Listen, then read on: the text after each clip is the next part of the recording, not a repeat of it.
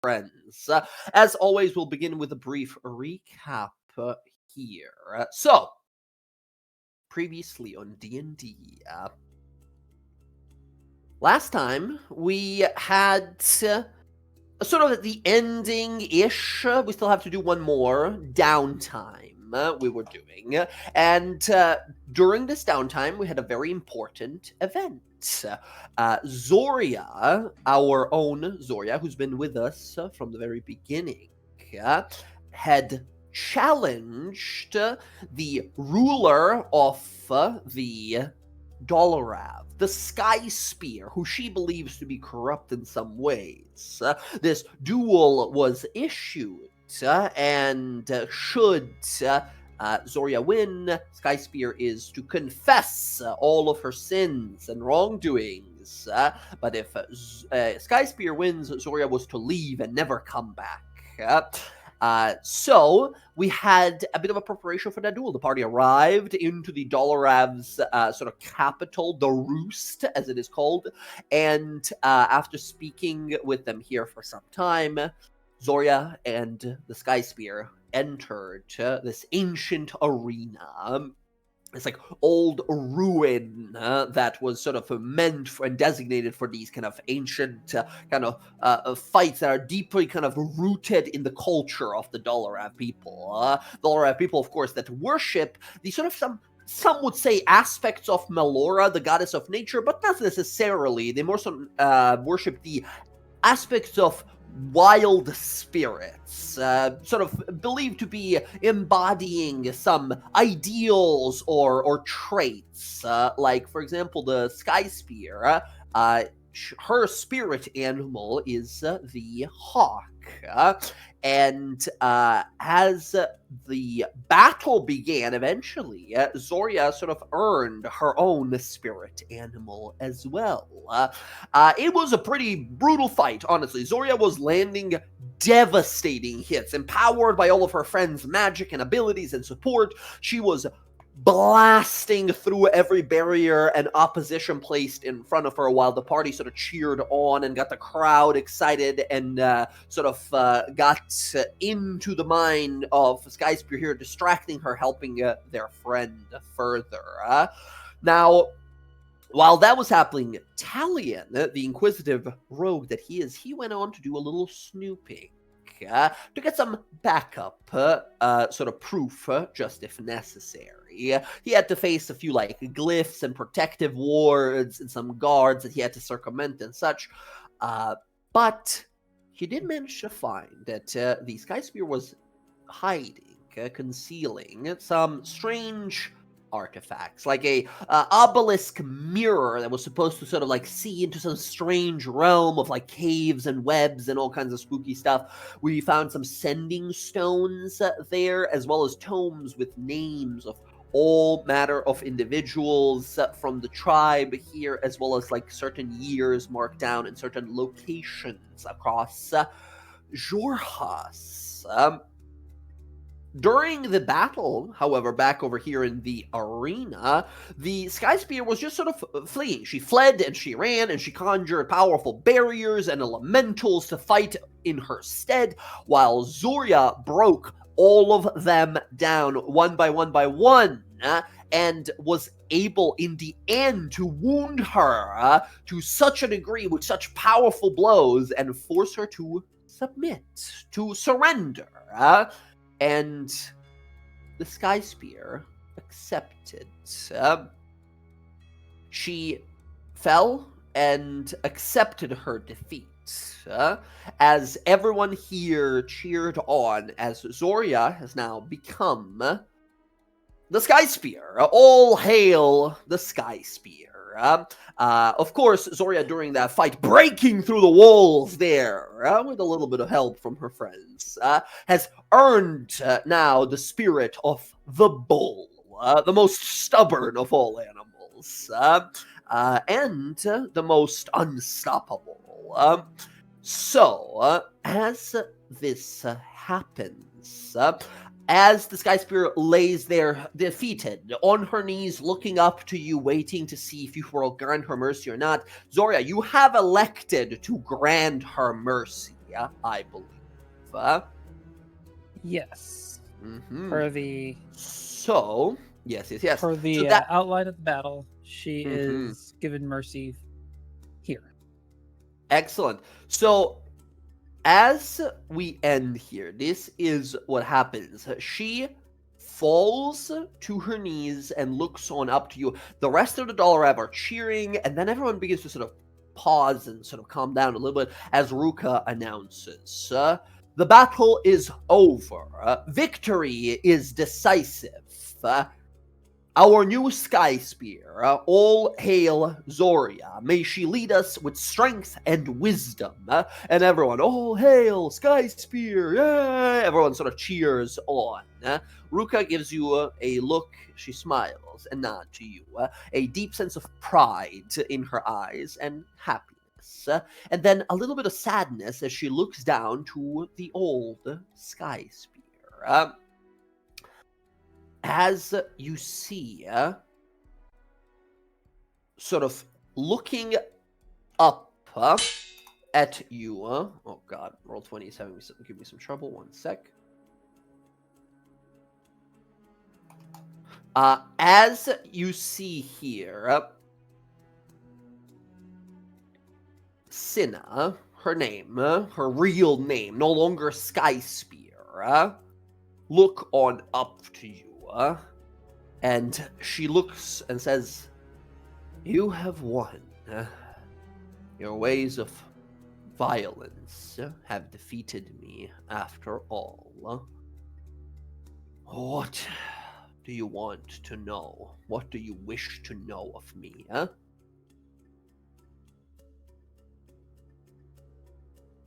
Two things. Did you hand Ray over to the Children of Malice? She narrows her eyes, sort of confused, says, "I certainly did not. I think if I can have everyone here who's proficient in insight, go ahead and roll some insight rolls." Zorya, you can absolutely do the same. You are right in her face. Zorya, you can do so with advantage.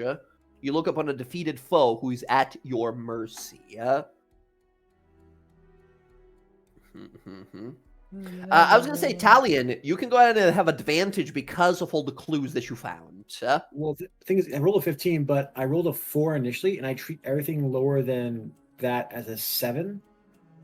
Ooh, Anything lower than 7 is an 8. So 8. So 18 10, by default? 12, 19 I rolled. Whew, my god. Incredible.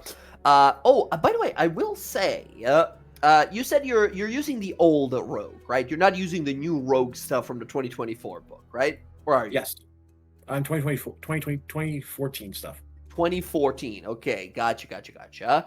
All right. So I think Talion with a 19. Zorya I got a 24. No, I see. Oh, okay. I was getting to you. Okay. My God. All right. Damn, Jen came to play today. I'm not letting this bitch get away with her fucking lies tonight, Jay. With a 15 on Zorya here. Zorya, you feel almost immediately that the words escape her mouth out of need for escape rather than perhaps truth. With a 19 Talion, you get a same sort of effect here, but with a 24 Ayla, this is a bold-faced lie. I think you realize with your rolls here immediately, that even through the agreement you've had with her, that she will speak the truth, even you, Zorya, with your 15 there, as well as everyone else here, can tell that, well, amongst you party members at least, can tell that she intends to do no such thing, yeah? Okay. I will cast Distance Spell Zone of Truth right here. Incredible. As the spell is cast, you see her recoil for a moment in confusion. As Zorya, you are affected sort of by the spell here, as is Ruka. Also, Zach, you're affected by Zone of Truth. Welcome, friend. Great. Woo. Welcome. Welcome. We just started. We were talking for a long time about video games and walking and working out and cool nerdy stuff. That's about it. Great. I'm here. Woo. Perfect stuff. So we just began. First thing that happened is, yes, Zorya got pronounced the new SkySpear, and Cinna, her name is, this lady that was SkySpear, with some insight rolls we just made, just lied to everyone's face, saying after Zorya asked her, did you send Captain Olios? Did you get her, captured by the Drow, the Children of Malice? To which the previous SkySpear, aka Cinna, here said, no, I did not do that. I would not do that. Which our insight rolls reveal that she has no intention, even though we agreed upon it, she has no intention of telling truth. And now, Ayla casts Distance Spell, Zone of Truth.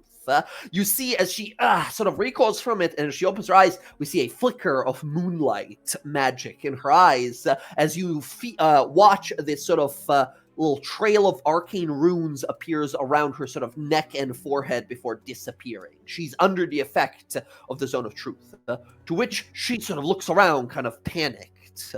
Yeah, and I will send a message to Zorya say, she's lying. She's not going to tell you anything truth. Now she has no choice but to say it. Zorya, you have to truthfully reply to that. I don't know what that means. Oh, the thing below you will not let her be able to lie. She lied. She did let Captain Ray get taken. Okay. You see Ruka looks a little confused, and she kind of looks up and over to Ayla, because you're not doing it subtly, right? People see you like, cast a spell. Ruka sort of looks at you, kind of like, what is going on? But then looks to the SkySpear here, to Zorya, right? Yeah. Like, what do we do about this? This person casting a spell in the middle of this, like, is that allowed? It's your call to make. Huh? Just I'll look at her. Fight's over. Nothing says that it can't be done after. And so then she'll take the axe and as she where it was down, she swings it up, turns it broadside, and picks her chin up with it. I will ask one more time. Either you answer truthfully, or this goes a very terrible way. Did you send Captain Ray to the Children of Malice? You see her eyes begin to... The expression changes entirely. It used to be like wise old woman leader, right? And now you see the look of wait, right? Like sort of shock and panic, or like, hold on. Give me an intimidation roll using strength with advantage, please. Here, as she's like, sort of like stammering, like not answering still. Well, let's see, advantage. 21. You hear as a moment of panic, and everyone looks to this of like, oh god, is she gonna kill her? Like that wasn't like, this is like a very violent. And then you hear her proclaim, yes, I did. I sent that dark elf to and you see it almost like burns her to say it. Like there is acid down her throat, forcing her to say it. It says, to my friends at the Red Throne. Everyone gasps. Here, everyone looks like, what? What is going on? How is that? Zorya, at this point, I'll say you look over, and the tattoos of these like spirit animals are usually like along the backs and like shoulder blades of people, right? Yeah. I think as the battle has sort of damaged, you have fucked her up and shit. You kind of key in on that, and you kind of look to see what now in this moment of a truth spell dispelling her sort of perception. You watch as the tattoo begins to shift and burn away and change until you see a symbol of a spider instead. Its legs, arachnid-like, extended almost like wings, webbing connecting it almost like feathers. But you realize her spirit elm was never the hawk, but instead the spirit of the spider, which seems to have connected her to a lot more nastier people. As she sort of looks up and says, none of this was supposed to. I had a deal. It was working out for all of us. I kept us safe. Second question. Did you send me to die? You see her teeth grip, her lip begins to quiver. She stares up at you. A look of malice, if you will. She says, you were going to be a problem. You were too strong for such a young age. It would have caused issues in long term. I had to, for the good of the tribe, for the good of the dollar. At this point, people like start gasping, and you hear them like, "What? What is going on? Kill her, traitor! Kill her!" People start chanting. As she like says that, Talion yells at the crowd, and Zorya wasn't the first. And I hold up the journal and begin to read out names out loud. You begin to read name after, and this is like multiple pages. You begin to hear people in the crowd like, oh, my father, my son, my daughter, I can't believe this is my nephew, my friend, talking about all of these names you're reading out. And you begin to watch the crowd change from shocked awe to frustrated, angry, furious, and you're almost having like a mob on your hands here as they're starting to call for her like execution. Enough is enough. This monster fed our people to disasters, to terrible slavers, to these awful children of Mal, these spiderlings. Who knows what they did with them? What kind of suffering they endured? Kill her! Kill her! Kill her! They start calling for death. Cinna starts calling out, I did it for us. That was the only way to keep us safe. A handful few for the safety of the whole. It was the best thing. It was the best deal we could have had. It was the weakest thing you could have done. I did it for all of us. And I think that's the sort of fucked up part here, because Zorya, you're listening to this, and this is not a lie. She genuinely believes this, right? This was the deal to make. Sacrifice a few so that most of us can live, right? This deal she's had with these children of malice. And I think you see that she's unable to see past that, right? This is her truth. That is true for her. I'll look to Ruka. Like, how does she seem in this whole thing? Ruka is looking at her shocked. But Ruka is not the type of person that sort of like start tearing up at this. She just sort of like clenches her fist and is looking to her of like, she looks to you of like, you are my wise leader, but my wise counsel would be for you to rip her spine out right now. She is furious that she is the reason the two of you have been separated, and Ruka has spent years being her like right-hand person, right? All the while not knowing that this person that she believed is revered elder, wise leader, was the reason her life went without love, and you were sort of forced into the situation you're in. This lifeless curse that you now suffer. She is furious, and she's trying to be like wise and impartial, but she can't. She's having a really hard try. She's about to start multi-classing into barbarian, right? She's starting to like get really pissed off, and people are just kill her, kill her, kill her. With all the rubble and debris that is around, Mm-hmm. is there like a good block of stone? Plenty. Probably, yeah, there's a bunch that you carried with you when you, like, fucking bulldozed through that wall of stone spell of hers. Just gonna, like, bring the axe head up again. Get on your feet. I did it for us. I did it for all of us. You have to understand. This was the only choice to make. And she's just like ignoring you. She's just like talking to the crowd. Like, please listen. They're not listening. They're just calling for her death. Then Zorya's just gonna reach down, grab her by like the scruff, pick her up, takes her over to one of those blocks of stone, and rather than just like giving her the dignity of kneeling, she like steps up and like comes down on like the back of her knee and drives her down. She falls onto her knees. You might have believed you were doing the right thing, but where you failed was not asking the counsel of your trusted, of not looking to others for another way, for another answer, for any other means. You took it upon yourself. You ignored everyone around you. You put to death. And she looks up to Talion. How many names are in there? Like more than 300.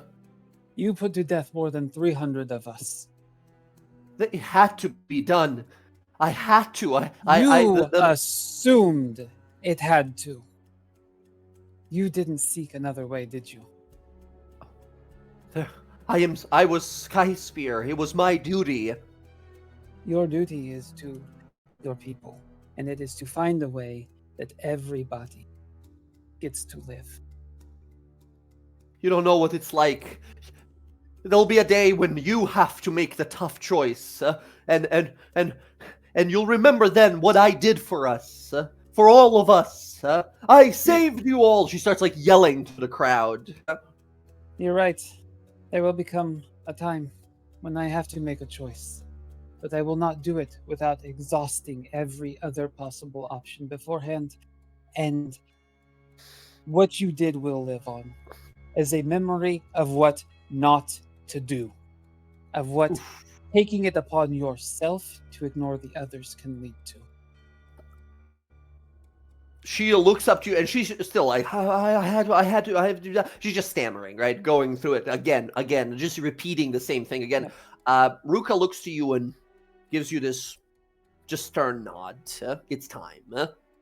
And with that, she kicks her down on the stone, brings the axe up, and lets her have one last look at everyone around her before she... she scans the crowd. Actually, in response, can I do something real quick? Mm-hmm. I would like to knock an arrow and aim it at Zorya's axe to not chop off the former SkySpear. I'm trying to offset the aim. Really? I mean, you guys can communicate if you want to. You can just call out to, like, wait, right? As her sort of counsel as well here. Yeah, but it's a little more impactful. Okay, so is your intention to stop her from executing her? No, I'm shooting an arrow at Zorya's axe as it's going down. I'm trying to set it off motion from cutting off the former SkySpear's head. Right, and doing what? Are you trying to hit her? No, I'm trying to stop Zorya from killing her, and then I'm going to say something. That's what I'm trying to do. Okay. I mean, in this case, Zorya, once again, you're perceptive enough to, like, hear, like, an arrow begin to whiz by. I will leave this, because this is a moment entirely yours here, Zorya, as you see Talion has something to say and wants to make, like a impact of it, like a scene of it instead. Do you think, there's not going to be a roll here, I'm just going to let you decide. Do you think the arrow shatters on the axe and you still cleave her head, or does it, like, blow the weapon to the side and Talion offers some wisdom, perhaps? No offense. I think it shatters on the axe, because this is a sort of, like, resolved matter of giving justice for her people, and just the sheer strength of what that she has at the moment versus an arrow hitting it is. I hope they can counterbalance. Yeah, I think this is more like a narrative decision here. So, Talion, while you perhaps have a better idea of what justice could be or should be like here, the law of the Dollarav is what decides this day. As the arrow comes in, goes whizzing right past as this furious blow comes down, splintering through her neck and down through the stone all the way into the earth of this arena below. Zorya, you look over your shoulder and you see that happen, right? You see the arrow be fired here. As Talion, you realize as you were like half a second too late. Like, what is your reaction when Zorya kind of looks up at you? Disappointment. Oh, sorry, what was that? Talion just has this look of disappointment on his face. Okay. The crowd, however, erupts, right? They are like, villain, turncoat, suffer for what you did, and everyone's just sort of calling out, and everyone's, yeah, very much so on the same page here. Someone we trusted the most that used us like this, they are very much still in shock and disbelief, but it's like anger that it's taken over, and then that sort of celebration of like, it is done. And Aruka sort of walks up to you, Zorya, and kind of looks over and says, what Cinna did, I will never forgive. I cannot believe I've served someone like that without question for years, and it is because of them that I couldn't see you, my love, that I thought you dead.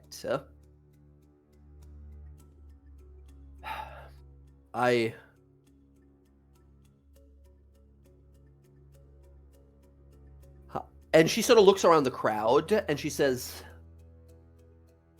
you honor us, SkySpear. And all of them sort of nod here. She gets on one knee and sort of bows her head. All of them sort of lower their heads and bow onto their knees here, as everyone just sort of like, Zorya, Zorya, Zorya continues to sort of chant here as the event is ended. New SkySpear is elected, and we return to the roost, the village here, as you guys are sort of emerging there.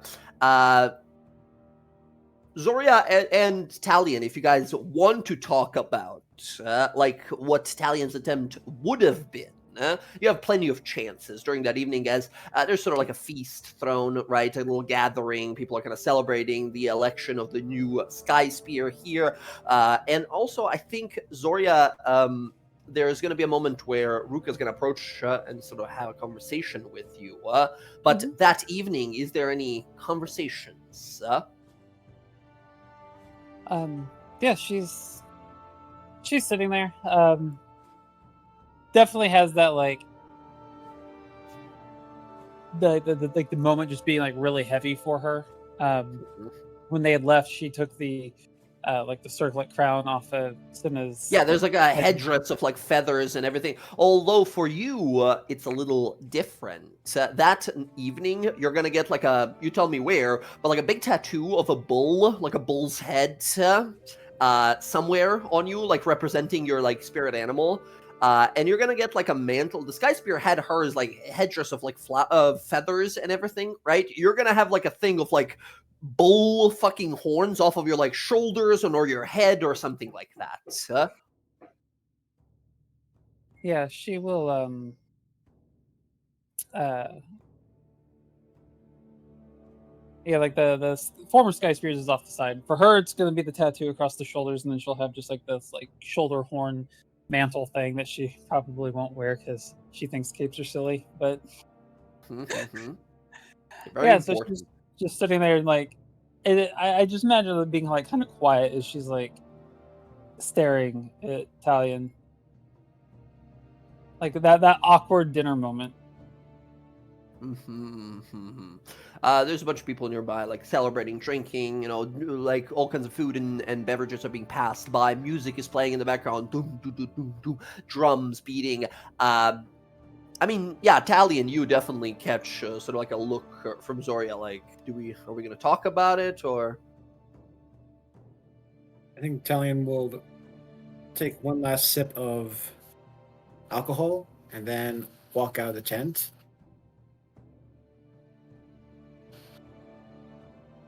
Try and find a quiet Who's that Pokemon? Begin to speak into the ring Essek gave him, and we'll give him a report. Update from Clan Dolorav. Zorya has been named the new SkySpear, and the traitor has been identified as SkySpear Senna. Justice has been given for the Dolorav clan, but I feel the dynasty's justice has been taken from us, and any further information about the Children of Love. And report. You receive a response back pretty much immediately saying, shame, so much knowledge lost. I wonder what exactly her connection was. Nevertheless, if you are able to procure some of the remains, we might still be able to do our questioning.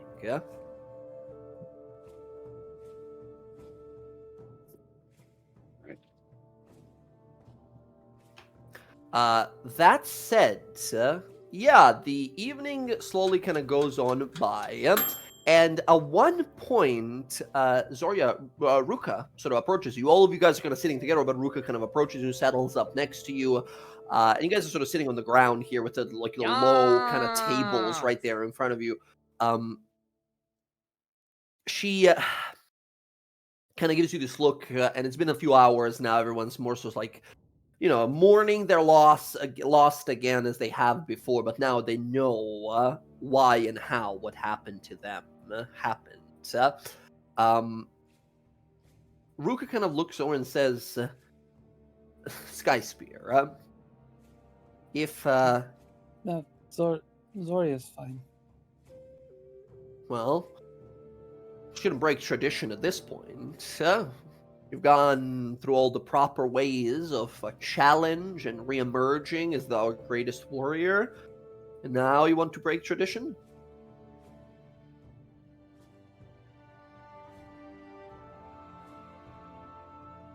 Just one last night of Zorya before it all changes. Very well, Zorya. She kind of looks amongst the party here, says, it's been incredible, this whole journey of meeting the rest of you and finding my Zorya again. But I must ask, Zorya, for tonight, but tomorrow, and until your duty ends to these people, your people, you are the SkySpear, our leader, strong, wise, someone we can rely on. People have already seen your strength, your might. People have seen your mercy. Knowing what you've known, and having been able to contain yourself and not destroy that foul woman who led us, it shows resolve and will. But there's more to being SkySpear than just showing resolve. Times of peace are now upon us. The Koshtask have reportedly been thinking of seeking other means, travel, employment even, having somewhat realized under Gron's leadership that they're really good at fighting, but they do not wish to fight just about anyone. Whatever you've taught that orc seems to be working. which means our people will live as almost solitary only people in the moorlands soon enough. She looks to you, Zorya, and says, there won't be battles. There won't be exciting triumphs or bloody carnages. There won't be a need for an indestructible warrior, a bull that breaks down walls. We will need a SkySpear to lead us and show us how to live. All our foes are defeated, befallen one by one. And, well, the place of a SkySpear is with her people. And she looks amongst the party, looks back to you, and looks to these like hundreds of people that are here tonight celebrating. You see children running around in these like little makeshift streets. You see people down by the river just sort of splashing around in the water, laughing along, drunkenly talking. You see some people mourning, nursing their drinks slowly and mourning over their loss, reminded of the people that will never be in their lives again. You see all these people that you've seen and met and known for much of your life, even before you were taken. And Ruka looks to you and looks to the party and says, will you stay with us as SkySpear, or do you intend still to travel with your friends here to seek those conquests still? I have no choice. I must remain with our people, but you have come back to us. You may do as you wish as SkySpear. So what will it be?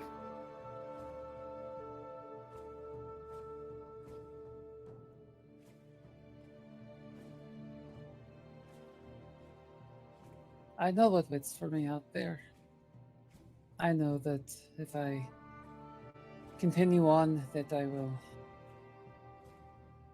be hunted by and continue to fight the others that wear the red rings. I know that here I have duty and responsibility.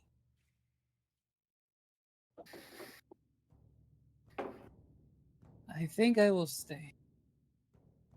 Make up for everything I missed because of her. And personally, I don't want to continue hunting down people and killing them for the sake of someone I do not care about. Ruka looks sort of relieved, kind of touched and relieved by that.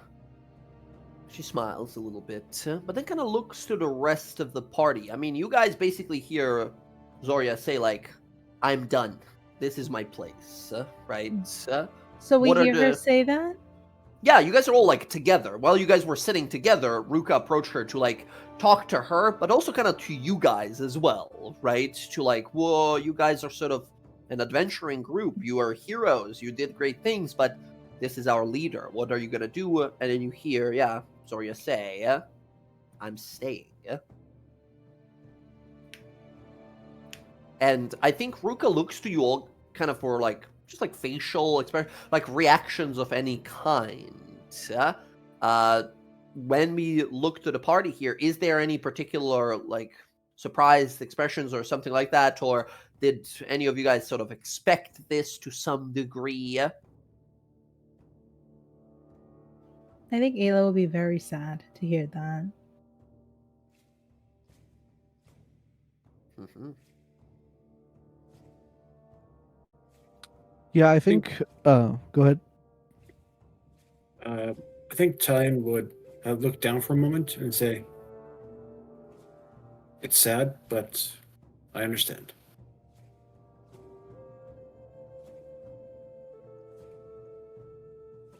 Alondra will kind of look to her. It's like, who's going to listen to my stories if you're not around? I mean, I'm always here. And I will be. And if you ever need me, I'm a call away. And that's true for us too. If you need us, we're here. In there. And a little bit of, everywhere, but we're around. You guys helped me do something that I don't think I would have been able to do on my own. Many times, actually. Surviving the situation I found myself in and achieving this. So for that, you will forever have my thanks. And, well, a home here if you need it. We make a habit of taking in strays, from what I remember. So, what is, 3, 4? I can count. What is 4 more or so? But, I think Ayla's gonna cry, and then she's gonna run around the table and hug Zorya. I don't want you to go, though. I know you want to be here, but I'm gonna miss you. I know, and I would miss you too. But out there, I've realized that I'm as helpful to you as much as I am a threat to you as well. The closer we get to this matron and Desh, the harder it is for me to come back from the rage that it throws me into. Last thing I want is to be the fault of your death.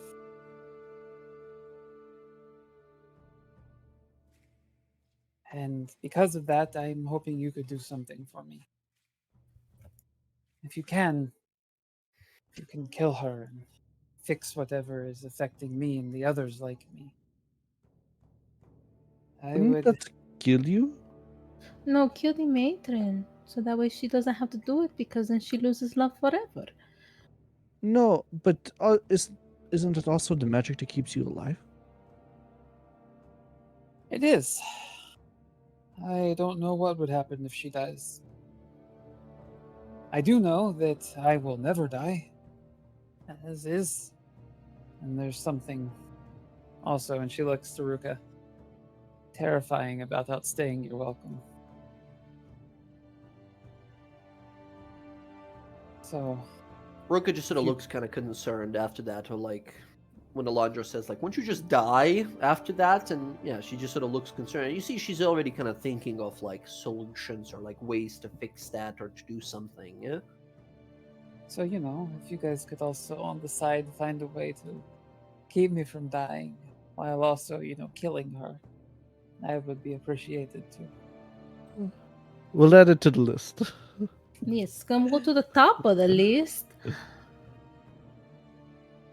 And she's gonna look to Talion, and kind of like motion him over. I'm gonna approach.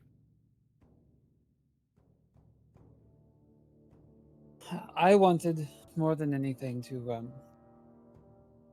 get the confession from her and send her back with you all after what she had done. Ray was as much a friend of mine as she was everybody else's. And when she died, it hurt. But with the 300 of us that she took, and with what my people were wanting, I couldn't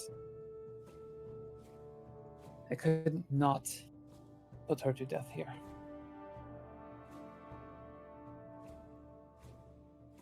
I understand your reasoning. And what's done is done. And with that, SkySpear, I may make a request on behalf of the dynasty. You may. Would you allow me and my scouts to take all of the items from Sina's hut in her hidden chamber, as well as her remains, back to Rosanna with me? Her remains, unfortunately, will stay here. She is still our people, and I would not subject her to anything beyond what she has already been through. But she will reach over and she grabs the headdress and holds it out to him. My understanding of death and the magics that are around it Who's that Pokemon? leads me to understand that something important to an individual can be just as fulfilling as the body they were attached to. Both as a sign of the justice served, a means for which with you to have the answers you want, and a token from me to your people that I intend to make sure everything on our side is kept right so that it doesn't come back to bite you. As for the items, you can go through them with Ruka, and Ruka will be able to keep what she needs for her duties. Everything else is yours to take. Yeah, we could just give you like a nod. We can do this. Is that acceptable? Telling a respectful bow. That should be fine. And do me a favor. Yes. The book of names. Burn it.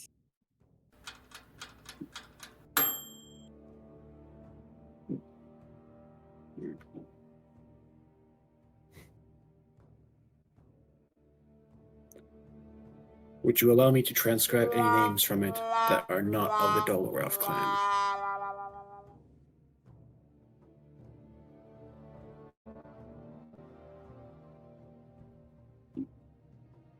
Yes, take it with you. Take the names of it that you want. Leave the Dolorov in there and then burn it when you are done. Thank you, Zorya. Of course. Okay. And at your earliest convenience, if you can tell the Queen that I'm willing to entertain talks of partnerships and whatnot to see how that goes. Of course. You see, Ruka kind of nods to that, kind of a little impressed, and says, first day on the job and already making some significant changes. For a bull, you're pretty open-minded. Well, when we did set out, we did ask, or bring up, we did broach the topic of making the stolen land theirs, with an alliance with the, forget the name of the kingdom. The Kryn dynasty? Kryn Dynasty, that's it. You see Ruka kind of gets a thought and says, just a thought, but all these years, Cinna, our old SkySpear, adamantly refused and rejected any approach or offers from the dynasty. Her claims weren't unreasonable, but she always would say that they only wish to convert us, they do not seek a true partnership, that we would be subservient in some ways, that we are free people. I am starting to think it was more so based on whatever her friendship with the children of Malice was, rather than of the full interest to keep us safe. But then again, she sort of looks over to you here, Ayla, and says, your spell did she truly believed she was doing right by us. What a twisted mind. She so shakes her head. Desperation can make people do strange things. But now you're going to have peace because, Gran is over there and And you here? It's going to be wonderful, no? Yes, he mentioned actually he is going to hell. I don't know what that is about.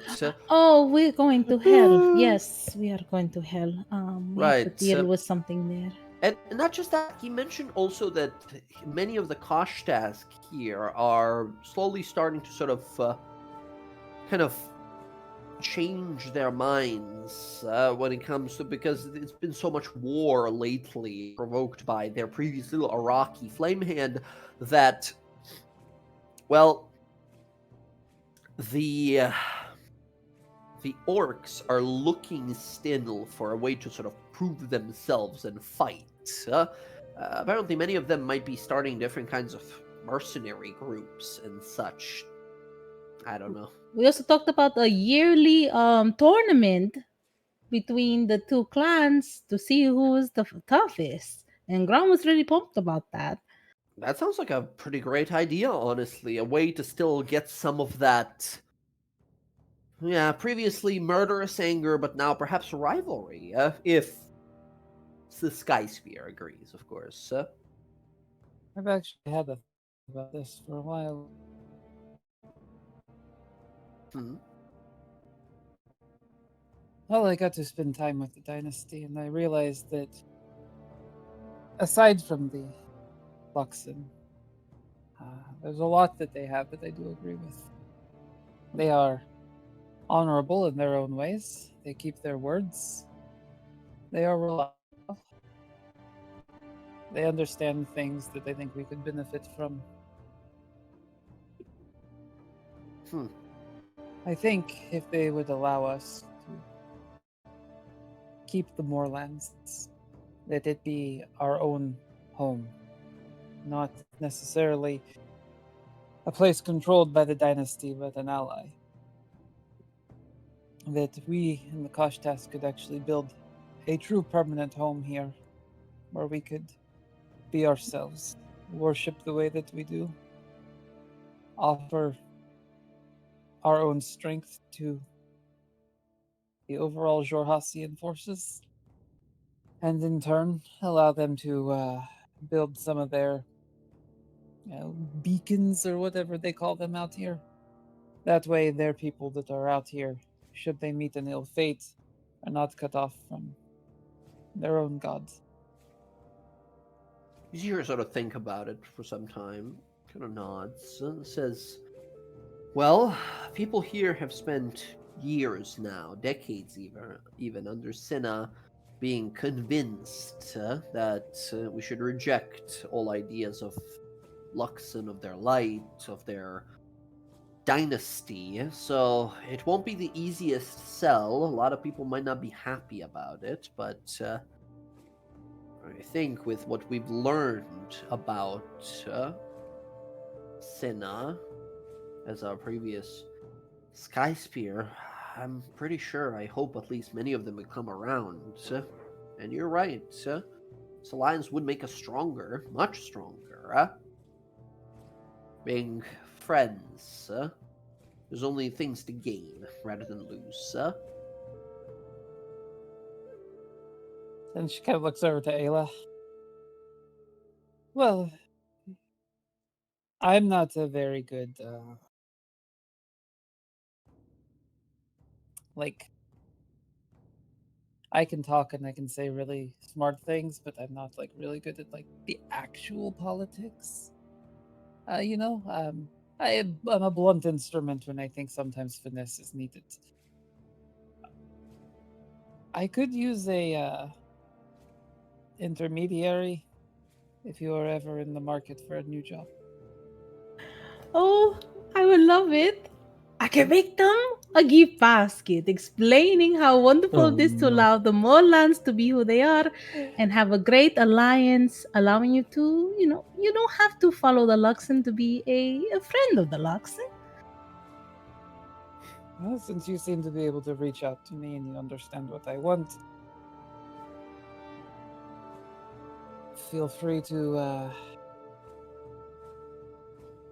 be our go-between.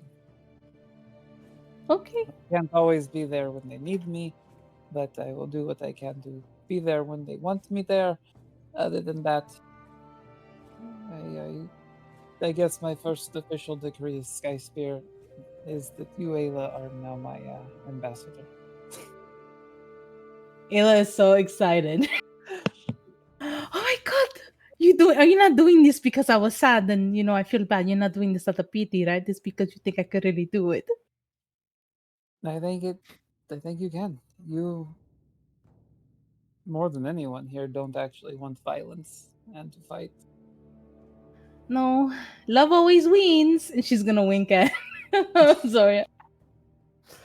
You see, Right. Ruka sort of looks over to Zorya when you say that, and kind of smiles to you and says, I suppose it does, huh? Well, this time for certain, huh?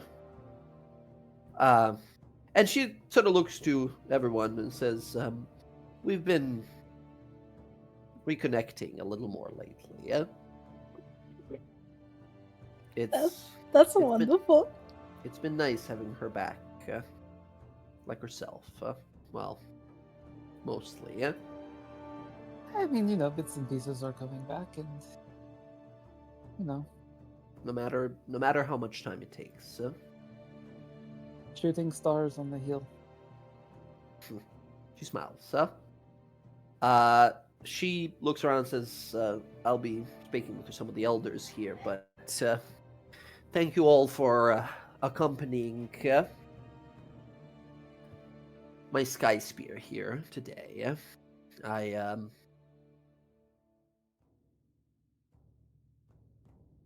couldn't have wished for a better outcome for today.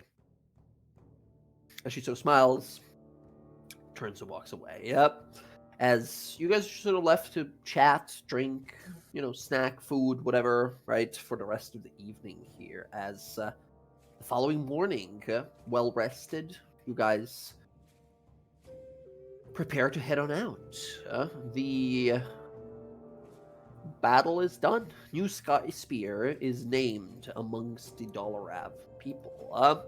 And with the Staff of the Horizon Walker in hand, you can just tap the staff on the ground and go right back on to Rosona. I never got to use it before because she didn't want to use it. She wanted to travel because she was scared that we were going to go to hell somewhere. So Zorya didn't want to use it. So it's going to be the first time using it. Absolutely. I will say real quick, Talion, the giant mirror that's down there is yours to take if you want to take it back. Mm-hmm. Yep. I think Talion would have coordinated with his scouts that accompanied him. Yeah, easily enough. The scout little regiment that you keep with you almost at all times, right? You have like a group of scouts that are just with you. You're their commander. Yeah, they'll organize everything with Ruka here. They'll communicate with the Dolarav here, and they'll have all of this like demonic stuff, that's like strange, almost fiendish paraphernalia, and all kinds of like weird tokens and totems and markings and stuff. It'll all be sort of swept up because. First of all, Ruka doesn't want it anywhere here in the village. They have no use for it. It has nothing to do with natural magic or the ways of the Dolarav here. It more so has to do with some connections to Lolth, which is more so a dynasty thing anyway, right? And you'll be able to sweep all that up, start bringing it on back. You guys gather that morning as Ayla, you're like, all right, here we go. You hold the mighty staff of mystic powers in hand. Sure you understand what you're doing, Ayla? I'm so excited. I've never used this before, but I hold it up and I tap it. You didn't practice? I was going to practice coming here, but we didn't. So I mean, I've been in Rosona a lot. I was traveling a lot in Rosona. We can't go exactly in the city, or we have to go outside. Can we teleport into the city? You can go. There is no magical protection from teleporting into the city. Anyone can teleport into the city. You just have to be knowledgeable of it. Now, I will say, usually the teleport spell says go ahead and roll to see how accurate your teleportation is, right? But there's no need for that if you have seen a teleportation circle in that area. And I'm going to say here, during your stay here, you have most definitely, as now heroes of the dynasty, been privy to the teleportation circle that is in the Lucid Bastion, the palace of the Bright Queen, right? All you got to do is think on it, tap it, you're instantly teleport without any chance of failure. Okay. Nice. And Before she leaves, can I give her something from our main hut so Sure. that she can get back here if she needs to? Awesome. Yeah, good thinking. what Like was anything the- specific, or you just give her like, this is a bone of a dinosaur that I killed. Here you go. It's yours now. No, it's Pokemon? it is a kind of like an ivory chunk, like off of like where the SkySpear set. Like she like broke off like a piece, and she'll have like whittled it down and shaped it into like a trinket, right? But it's Mhm. shaped like a dough, and she gives that to you. It's part of the SkySpear's chair. I turned it into a little animal figure, but it comes from here. It is connected to our main hall, and if you ever need to get back here, this should help guide you. Thank you. It's beautiful. And remember, keep working on that jewelry. We have that plan to sell it in Igritod. And I have to work on your. Oh, now it's going to be like the SkySpear jewelry. It's going to be famous. Mhm. No, Okay, you don't have to if you don't want to. no, Oh, thank you. I will keep practicing. I will keep practicing. Also, that's a female deer because they're kind and they're gentle, and so are you. Mhm. Thank you. It's so sweet. Yeah, I'll definitely say this object counts as the linked object part of the teleport spell, which just basically teleport spell says you teleport, you roll a dice. However, if there is a magical teleportation circle at the location, or you have an object from there is no chance of failure. It like works every time, right? So you have 100% guaranteed teleport to the SkySpear. Okay, awesome. Yeah. With that, also a question then, Ayla, did you take anything from your guys' house in Rasona or like from Rasona itself that would just be letting you teleport without issue? I mean, I don't think so. I think I would just go to Lucia Bastion because it would be safer. Yeah. I'm scared of it going like wonking out and us going somewhere else. So she would be safe and go exactly to a teleportation circle. Easily. You hold the staff aloft, mighty magic begins to conjure around it, you tap it, a whirling magical sphere begins to envelop everyone here, and then with a blink of an eye, you're all gone. But I think rather than sort of follow the party here, we're going to linger a little bit on Zorya. Zorya, you stand there, kind of looking out to this clearing at the edge of the village here. And there's this sense of sort of a little bit of sadness. These people have, you've only known them for like a year or something, but you've done so much together and they've helped you work through a lot of these mental barricades that were placed in your way. They reached out a helping hand when you felt you were alone.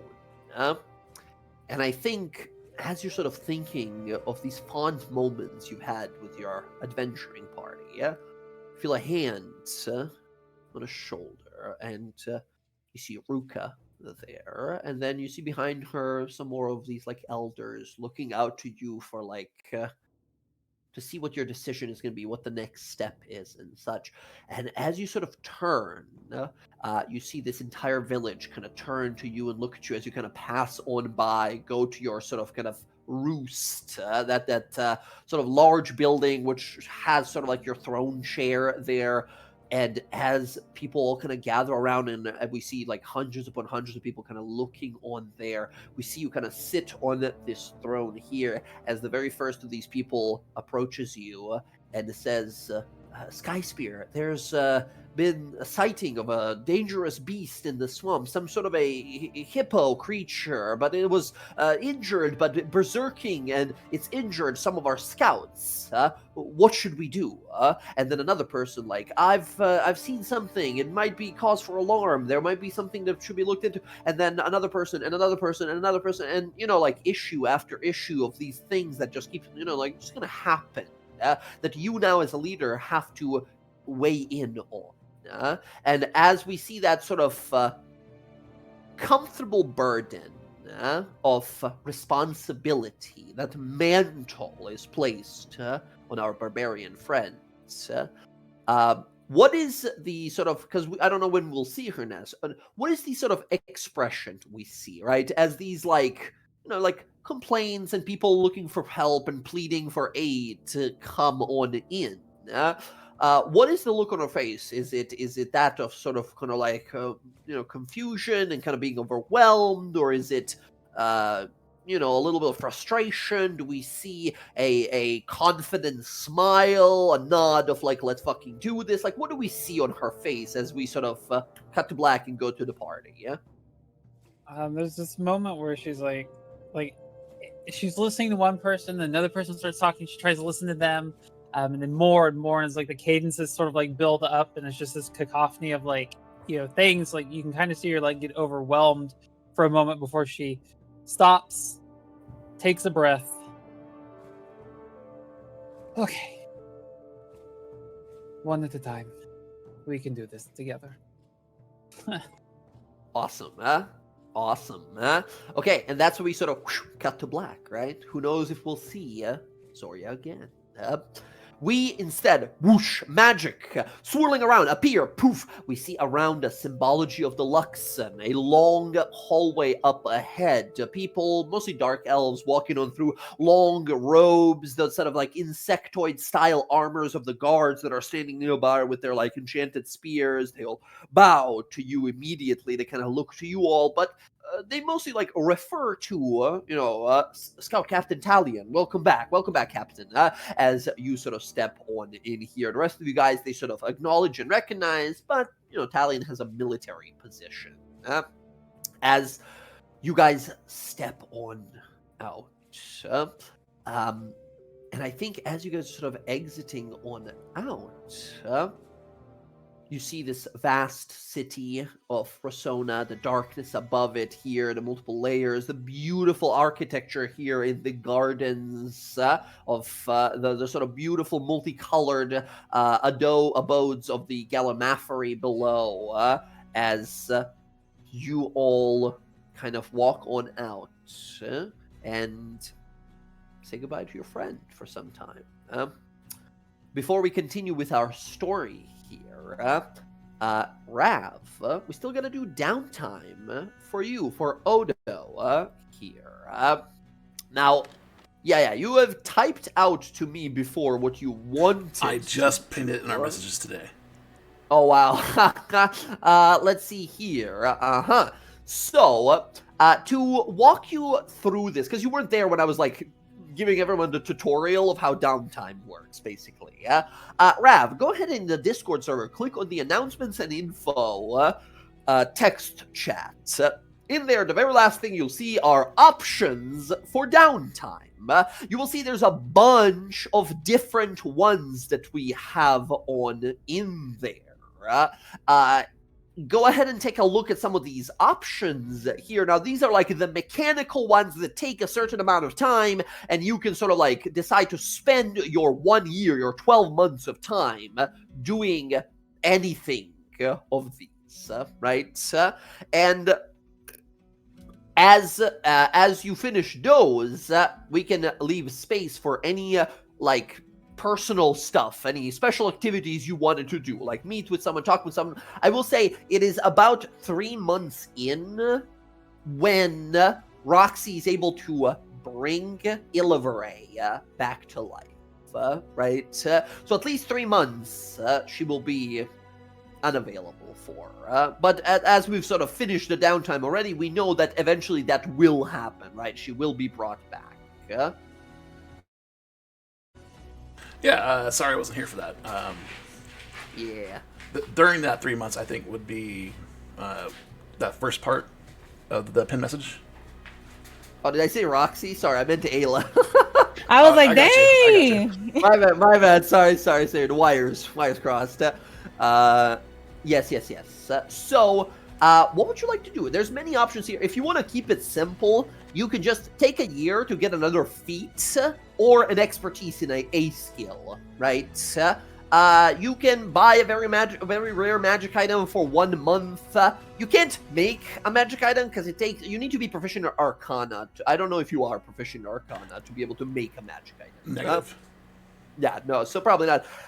There is also, you can also work on gaining a heroic action, which is sort of like legendary actions that enemies have, but you would have a heroic action, take 6 months to work on it, and depending on your sort of class, it would be specific. Basically, how it would work is, at the end of someone's turn, you would use, like a legendary action of an enemy, you would use a heroic action, which for you would be, move, use your move action to, move somewhere, or, make a singular attack, right? And then depending on, because you are a certain kind of a fighter, I might dedicate a special one that has to do with, your whole, style of fighting or something like that.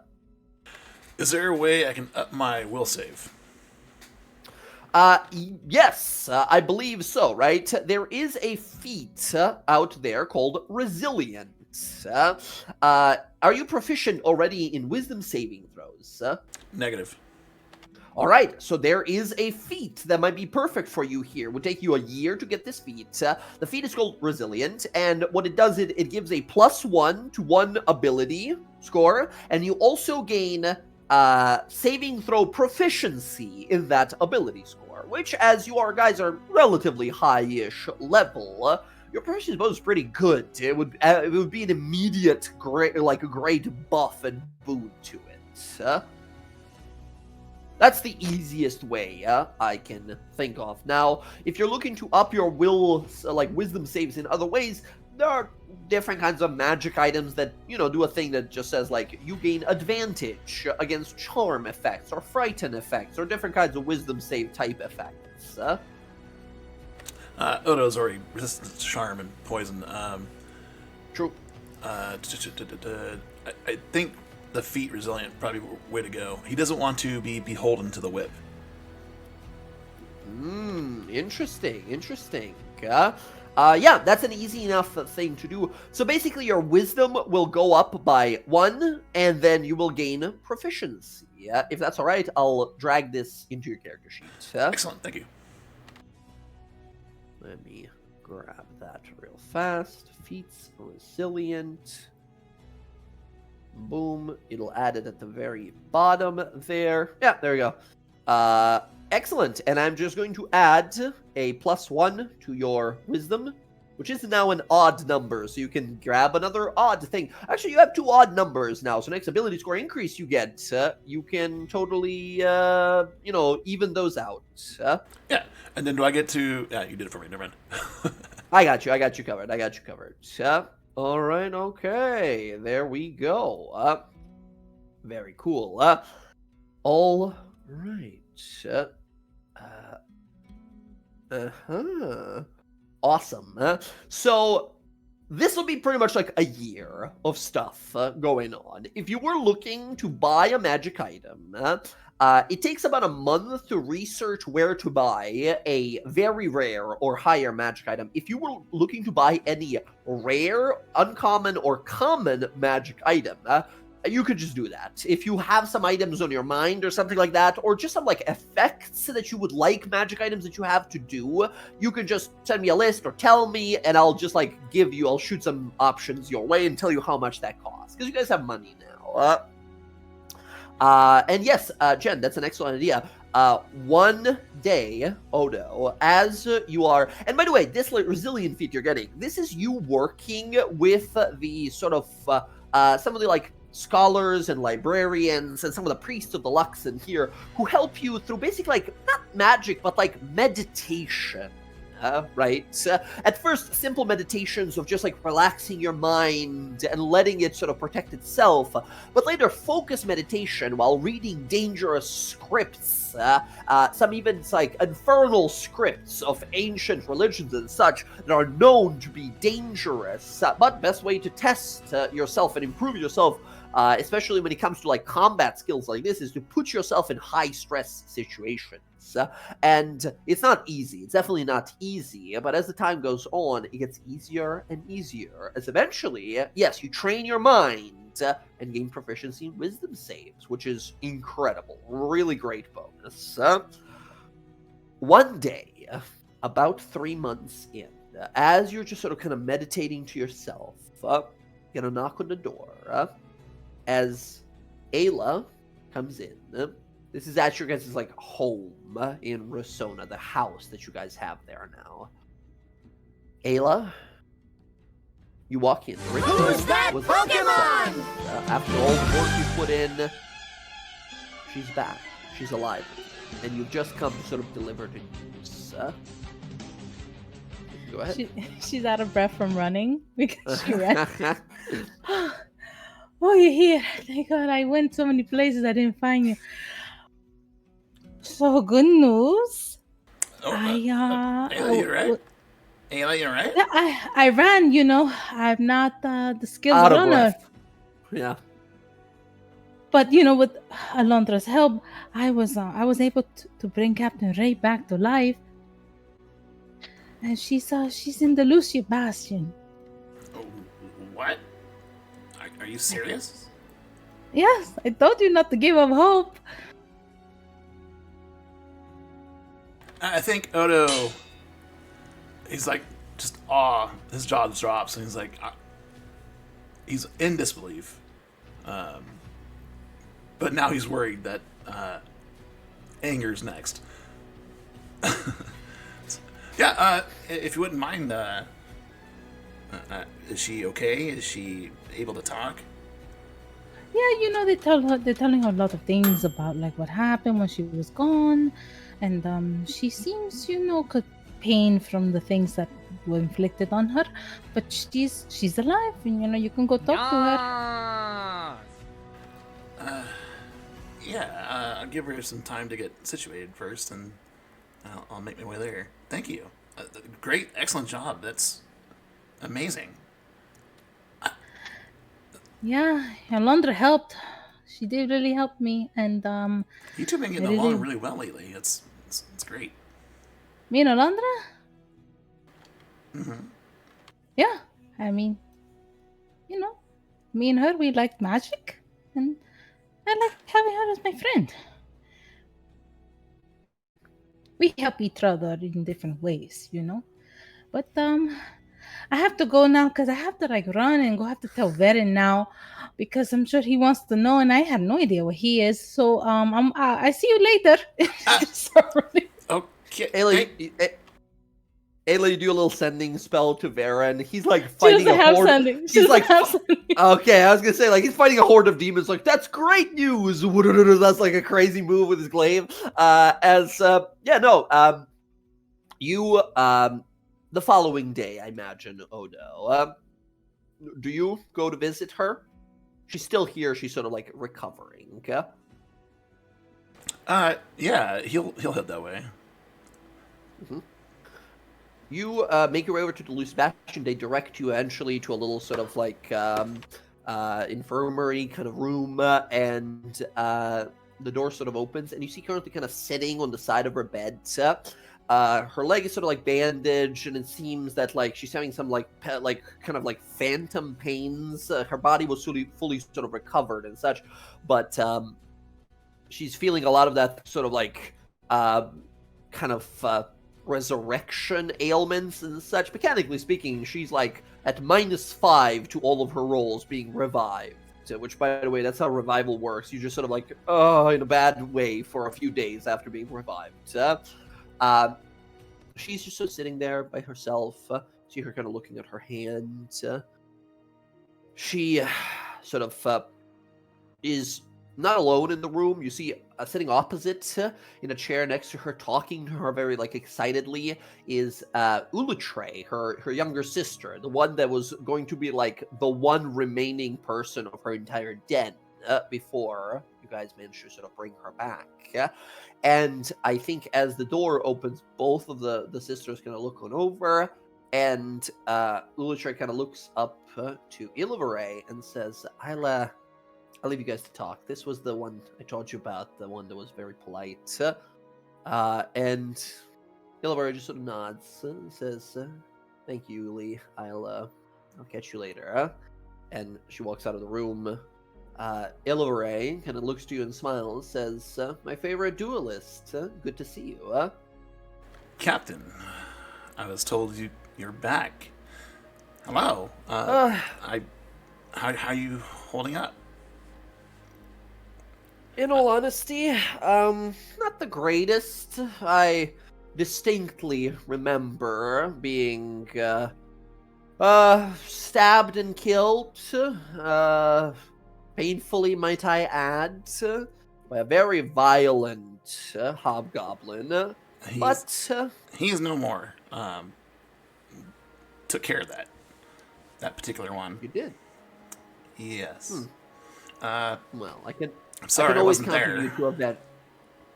She shakes her head, says, I can always count on you to avenge me, at least. We have the privilege of the Luxon allowing us second chances. Well, from what I understand, my situation was especially bad. I was tied to some sort of a corrupted beacon, and your friend was able to fix it. Yes. Restore it. She's amazing. I'm very lucky to have met you. I'm very lucky you have such interesting friends. And to think, this all started with a casual duel, all those months ago. Odo coughs. She smiles, says, it is really great to see you again.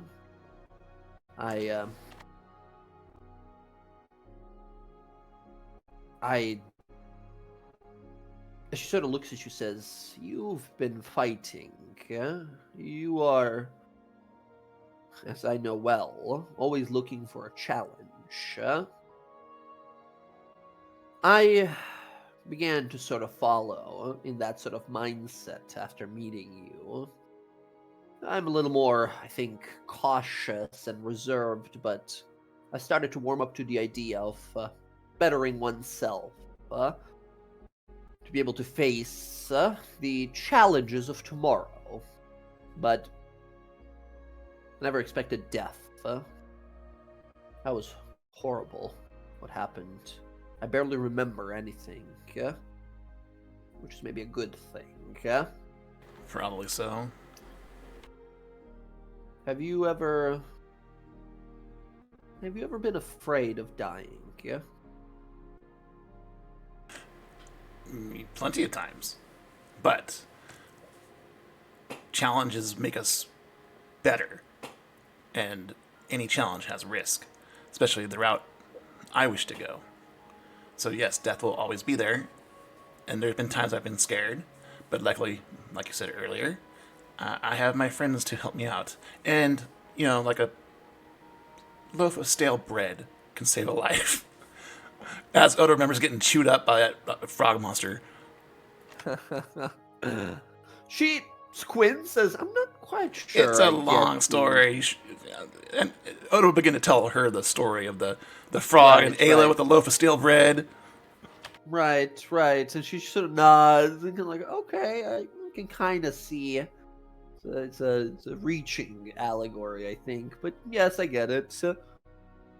Right. Well, I am in the process of recovering now. Ulutre was very worried about me, and she told me you had kind intentions of assisting her should she need help. Of course. I appreciate that.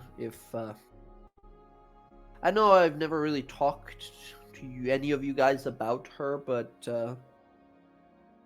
Ulitray's... Well, she's the only family I have left now. My mother... She was the leader of our den, and now...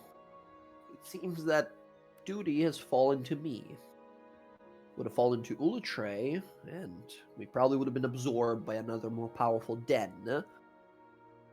But, thankfully, due to Ayla and Alondra, I will be seemingly taking the reins. Dev has a odd way of putting everything in a perspective, and I'm more than ready. Although I will need to stay sharp. You know, mastery over blade and such, and mastery over politics is just as important in the dynasty. I do hope for more regular sparring sessions. Excellent. But, you know, your house, your den being what it is now, I wouldn't mind using my mastery to train your people so they are strong, with more elite as they are. We'll be here for some time, and that would be, I think, a great skill to give and help me, because teaching brings out the best in me.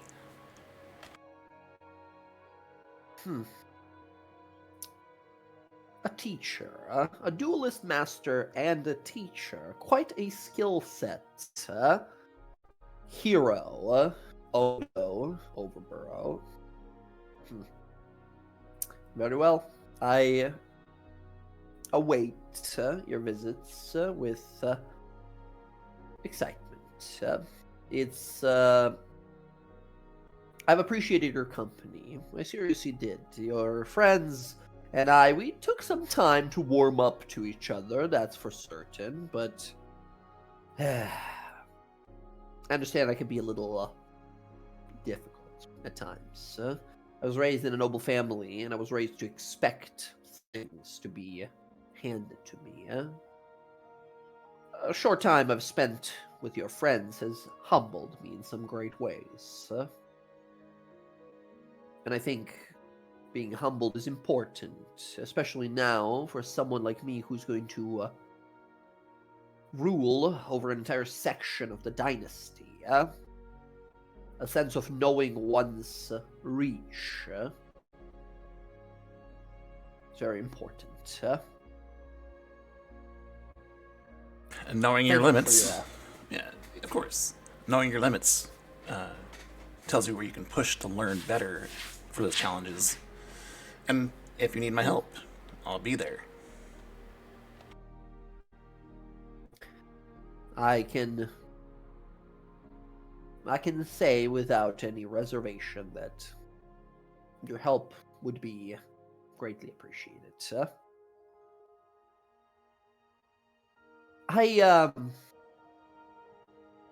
And I don't think she blushes. She's not the kind of person that blush, right? She just kind of her eyes kind of dart around. She has a little trouble making direct eye contact as she usually does, and she kind of looks back to you and says, I like you. I like you a lot. And like I said, I appreciate our time together. So,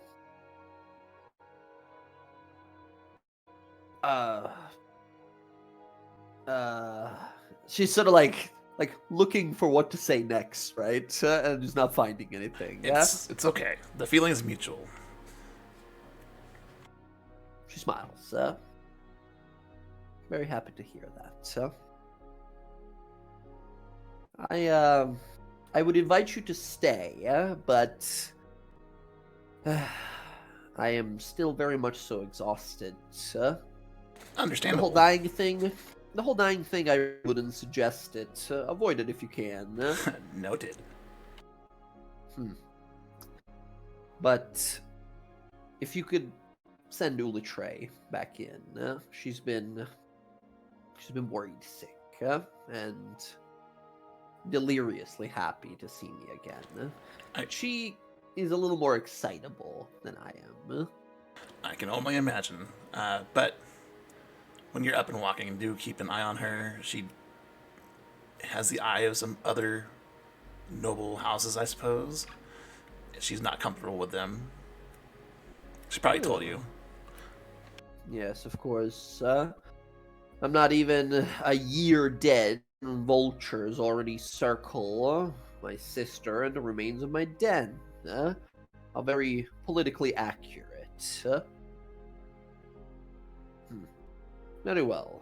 They'll learn yet the might and reach of Den Olios.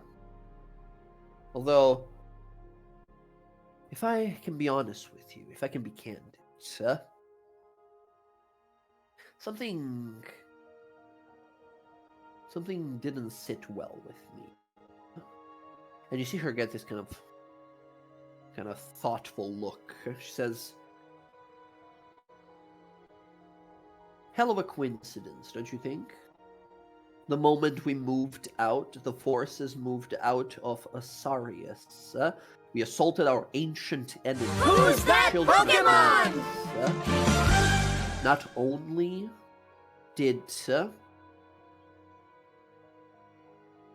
the righteous brand, the army of the Dwendalian Empire, strike at one of the two outposts that we are controlling at the border, at the mountain pass, but also a bunch of scourgers show up in my home, killing my family, wiping away memory of my den. It's almost as if they knew exactly when to strike on both fronts.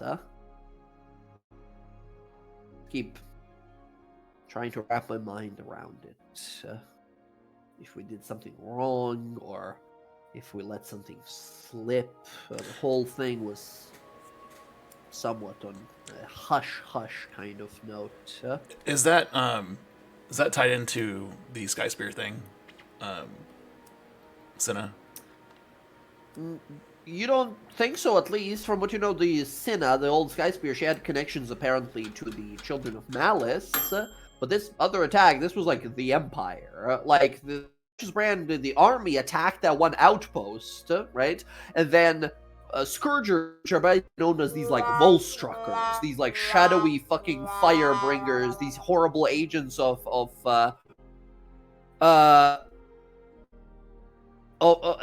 patriots, true patriots of the Dwendalian Empire, as some fanatics would call them. Those are all members of like the Empire. Those are all the people of the Empire who the dynasty is currently in the war with. So I don't think you would connect that to the like previous SkySpear or anything. Like, you would doubt it at least. Okay. You see her just go like, I don't know, something just doesn't feel right. I don't know. It does feel like a semi, almost like a hollow victory. Children of Malice gone forever, and yet my den too is wiped out. Strangely enough, the one Luxon beacon, these holy artifacts that not only your friends have recovered and restored, but there are some in the vaults here in Rossona, kept safe. All the dens are believed to have their own Luxon beacons. Of course, they mean immortality for us, right? They mean rebirth. Our souls are reincarnated through them. She sort of looks back and says, the Den Olios had a Luxon beacon as well. And wouldn't you know it, during that strike, when those Scourgers, those Volstruckers came, they found it and took it. Or maybe destroyed it. But the important thing is, it's no longer there. They knew where to strike, they were right to assume that we would have one. I only don't know why. Why is it that those Imperials want our secrets? Why are they so obsessed? If I were them, I would be afraid. This whole time, they assume that we are the ones who started this war because our lands are infertile, our forests are accursed, and our people are monsters. That is the poison they spew in their news and papers to their own people. But the truth is, they started this war. And now, the dynasty is stronger than ever. We no longer have a blade in our back to bleed us while we can't see it. Now, if, from what I understand, if the Queen's intentions and the intentions of those close to her are correct, now the dynasty has nothing to look over its shoulder for. And soon enough,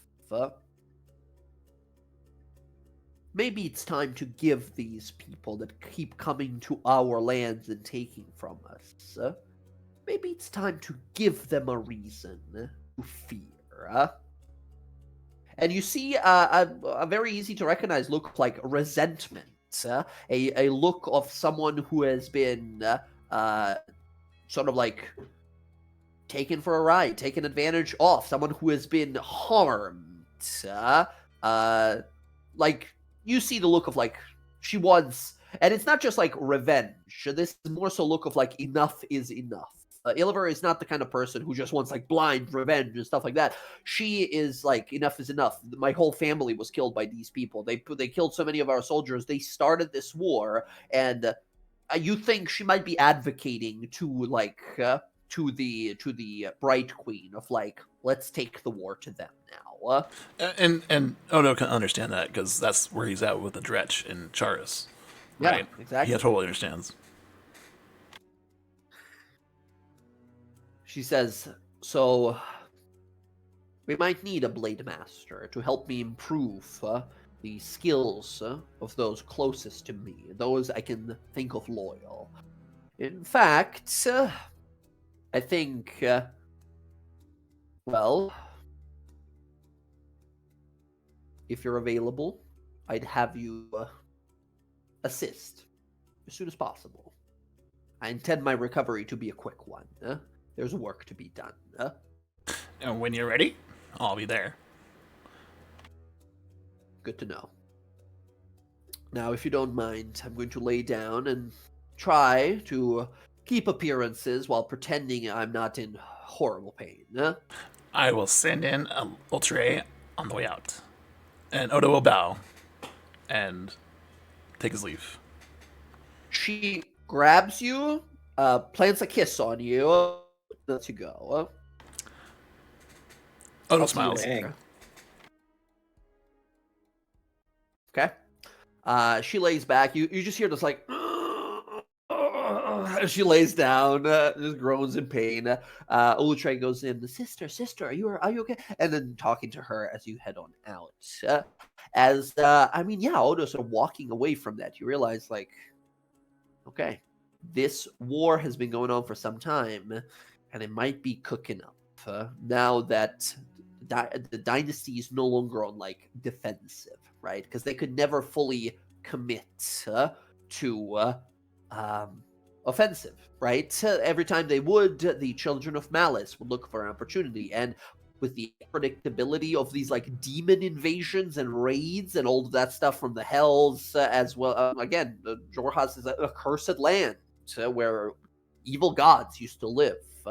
Now they have their Tascan who can go protect them from the demons. They no longer have to worry about the Children of Malice. War might be next. As Odo, over that year, you and Ilver, I mean, you tell me, how close do you think their relationship gets? Is it just like we casually get together and spend nights together, right? Or is it like, do they commit to a relationship? I would like to say that they commit to relationship, but Odo's just held back a little bit because he's unsure of the politics and the difference in race to go that one step further until she's ready to broach that subject. Yeah. I mean, she is sort of deeply diving into her sort of duties as a den leader, right? And over this next like few months, she's gonna start rallying people of the wasteland, people in Asarius and the surroundings, and the message of her sort of campaign is like, enough is enough. We stand now. We no longer crawl. We stand now against the red vultures from across the mountains. And of course, the red vultures is sort of like the symbol of the empire, the Dwendalian Empire, is like an owl holding a crown, right? And they are kind of calling them like the red vultures instead, right? So, yeah, it's I think she is sort of interested in a committed relationship here, but she's also having the thing of like, I would love to have you like be a part of my life, but like I can't have you show up with me at some of these like den meetings because you are not consecuted. You are not a dynasty official, right? So I think she sort of imposes a condition to you, saying like, I would love to share immortality with you if you would be willing to die and be consecuted and reborn as like a dark elf, or just reborn as anything as long as you are consecuted, a like official member of the dynasty. She would like, take your hand. You would take her hand in marriage, whichever way, right? I think I'm a little confused on the mechanics for that. So I die now, or no, not die now. You would just become consecuted, aka like she kills you and says, "All right, let's be in love now." No, if you were to become consecuted, aka connected to one of these Luxon beacons, and therefore, when you were to die in the future, you would be reborn, as would she, right? As she's consecuted, which would make you like an official member of her den. Right, you would become sort of married, and as a part of that marriage, you would be consecuted. Now, consecution is believed to be like a deeply spiritual thing, like a divine/spiritual thing. So that's really up to Odo how he feels about religion and that sort of connection to something. Because this is not just like, I love you, let's be together here. This is saying, I will, if nothing truly cataclysmic happens, I will spend the rest of eternity being immortal, right? Maybe not just with her, right? Maybe not with her at all, right?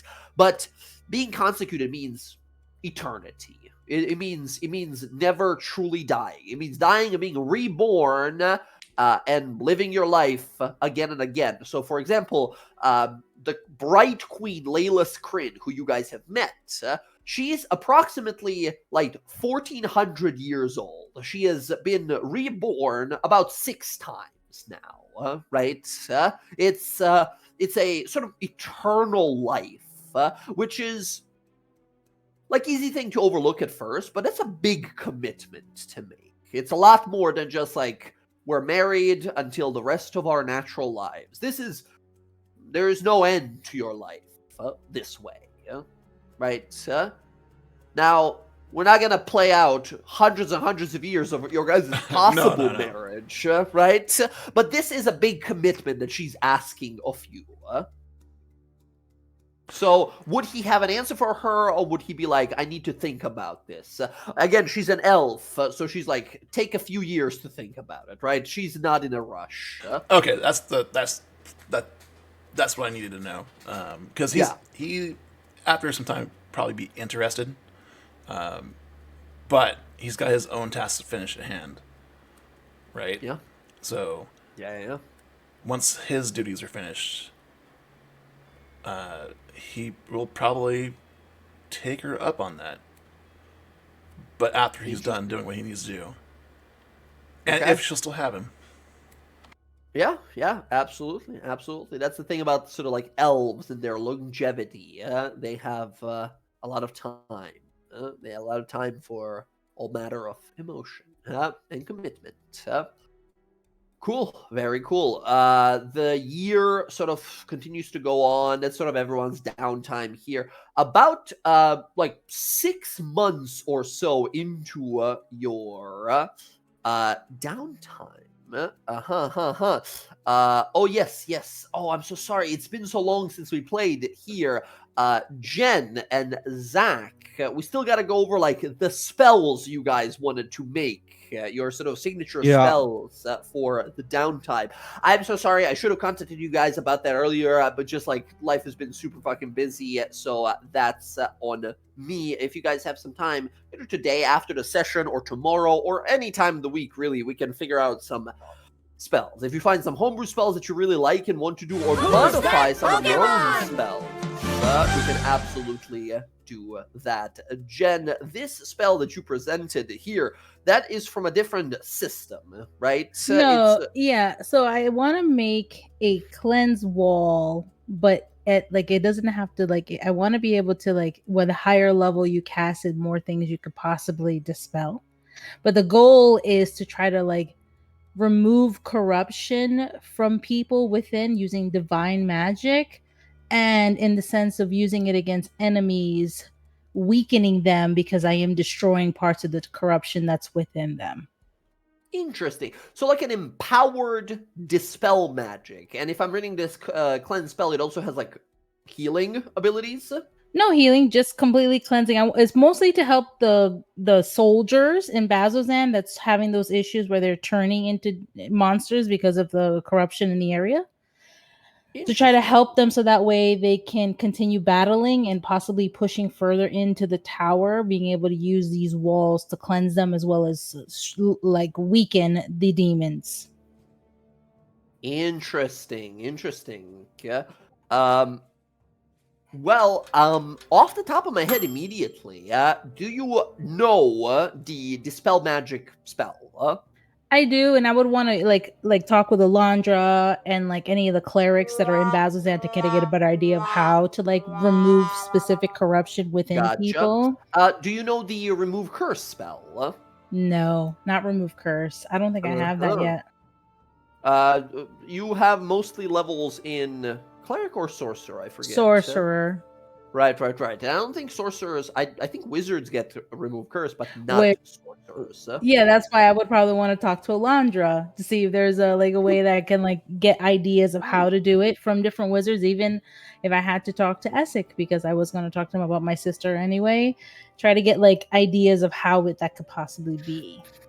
I believe druids, wizards, and clerics do get access to remove curse. Clerics do, but she's only level 3 in cleric, so not high enough level to like have it prepared and known. Well, I guess as a cleric, it is known to you. You just haven't unlocked that level of power, so you like don't have access to it. So I think the cleanse spell here that you sent me is very interesting. I really like this idea where it can just sort of like remove it's sort of like an empowered dispel magic, but it also removes curses. But it could be that curses could be removed later on when I have the capability of doing that, correct? No, once again, you're a high level, sort of even multi-class. You have cleric and sorcerer abilities here that you cast. I will say that you have spent your 6 months working on it here. I'll say this as a sort of like a fun alternative here. The cleanse spell, I get what you're going for. The idea is of like total dispelling of just about any ailment or like negative effect, right? So to that point, I'll say we can make it be basically a sort of mass dispel magic, like dispel magic and remove curse kind of layered together, right? That can be either cast in like a certain radius around you or in just like an area that you cast. Does that sound sort of like what you were going for? Yeah, because I want to try to focus on trying to help the soldiers that are there in Bazzoxan, because I know there's a lot of them that are being like corrupted. That was the goal, to try to get them to be like to help them. Interesting. I will say the idea of these spells that you guys make for yourself is like make it as powerful as you can with lowest amount of spell slot needed to actually cast it, right? So I think in this case, by default, this is going to be like, I think a 4th level spell sounds right for this level of like, it removes all conditions and also it like removes, dispels you and removes curse you and like does everything all at once. I'll say with a Arcana check here, using your spellcasting modifier here for the Arcana, so like your Wisdom Arcana check, with a roll of 25 or above, you make it a 3rd level spell, right? You basically like improve upon your Dispel magic in such a great way. Okay, I have a +10 to Arcana. Incredible. Give me that Arcana roll then. So 25 or above. Otherwise, it's going to be a 4th level spell. You do it, right? You make this spell. It's a 4th level spell. But with 25 or above, it's a 3rd level instead, which is a pretty big difference. Natural 20 for a 30. Let's total go. Here. Okay, so Jen, I will leave this as an option to you. You can either have this spell, because you make it as like a powerful, like a super powerful removing of all, like cleanse spell, right? And I think if you want to call it cleanse, we can call it cleanse here. I think I will leave it to you. It's either going to be able to target by default 3 creatures within, like, let's say 60-foot range. Or actually, sorry, what's the level? Well, like, the spell magic is like 120-foot range, right? So let's say either 3 creatures within 120 feet of you, you can target, or you can target let's say like a 20-foot radius, and all friendly creatures in there you can choose to be cleansed. So would you rather have like a 60-foot radius, but a 60-foot range, but a 20-foot radius, or just 120-foot radius, but 3 people? And we'll say with an upcast for the long range one, where it would be 3 people, it would be like you can add another person to it. Like you can be 4 people with a 4th level spell, or higher and higher. And the one that would be a radius instead would like increase the radius. Radius would increase from like 20 feet to 30-foot radius to 40-foot radius, like just way bigger radius as it goes. So what do you think? Would you like longer range or ability to possibly affect multiple, like more people? Because you can put a lot of people in a 20-foot radius, but you won't be able to reach them like 150 feet away. Yeah, that's a good point. I mean, man, I'm going to mess with your character sheet. I'm going to add the spell in there while we talk here. I would say radius, because for what she wants to do is to help soldiers, and with her Twilight Sanctuary, she hits a lot of people with her radius. I mean, man, there's a question. If it's range, can I use distance spell? Interesting. Distance spell doubles a range does, of so a that's a spell. That's a very good fucking question. Kind of if scary. I could double 120 feet, I might just pick that. That would work. Oh yeah. I was gonna say the ruling on that, because I've asked that question before. The ruling on it is distance spell affects something that you are casting at a target, not an aura. Right, that so it emanates wouldn't. from you. Yeah, like just saying, it wouldn't work on the radius one, but it would work on the range one. If you choose the option that is just like you choose 3 creatures nearby. Yeah. Yeah, as I'm saying. So if I choose a creature that's like 200 something feet away, and then 3 people near them, that I could use distance spell, correct? Yeah, I think for that one it would work. We're gonna have to modify it a little bit because there's no mechanics of like 1+ caster level. That's like a Pathfinder thing. I think I'm gonna go radius, only because I'm a lot of times I'm in melee and I want to be able to hit as many people with that, and I think 3, and I have to upcast to hit more. Interesting. Let me just edit the spell just a little bit here for you. Dazzled, that's a Pathfinder thing. Confused, that's also a Pathfinder thing. Yeah, I was looking at spells. I was trying to get like ideas for it because I knew what I wanted. I was like, I don't know if there's a spell like this already. And I was looking and I was like, well, this was kind of a little bit like Pathfinder it. has poisoned and sickened as separate conditions. That's What pretty the cool. fuck? Okay. Let's see here. What does dazzled do? Alondra, you gotta have a new spell. Have it do dazzled. I mean, Dazzle that attack. sounds like Alondra, if anything. So, can I do dazzle damage? You've been dazzled. All right. So in addition, cleanse. I'm gonna add this. Okay. So as a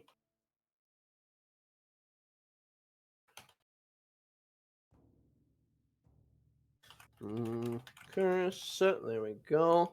Yeah, a very powerful sort of cleansing spell. No, we don't need any of that. We'll be rolling it as is normal. If the spell is one that cannot be dispelled by dispel magic or stone to flesh, what the fuck? We're not gonna do or remove a curse. Instead, cleanse only works if that spell is 5th level or lower. Gotcha. In which case, we'll say if you just keep upcasting it, that level goes up as well. Cleanses creatures within range, we'll say. Range. And you're gonna go for the one that's just like long ass range 3 people, right?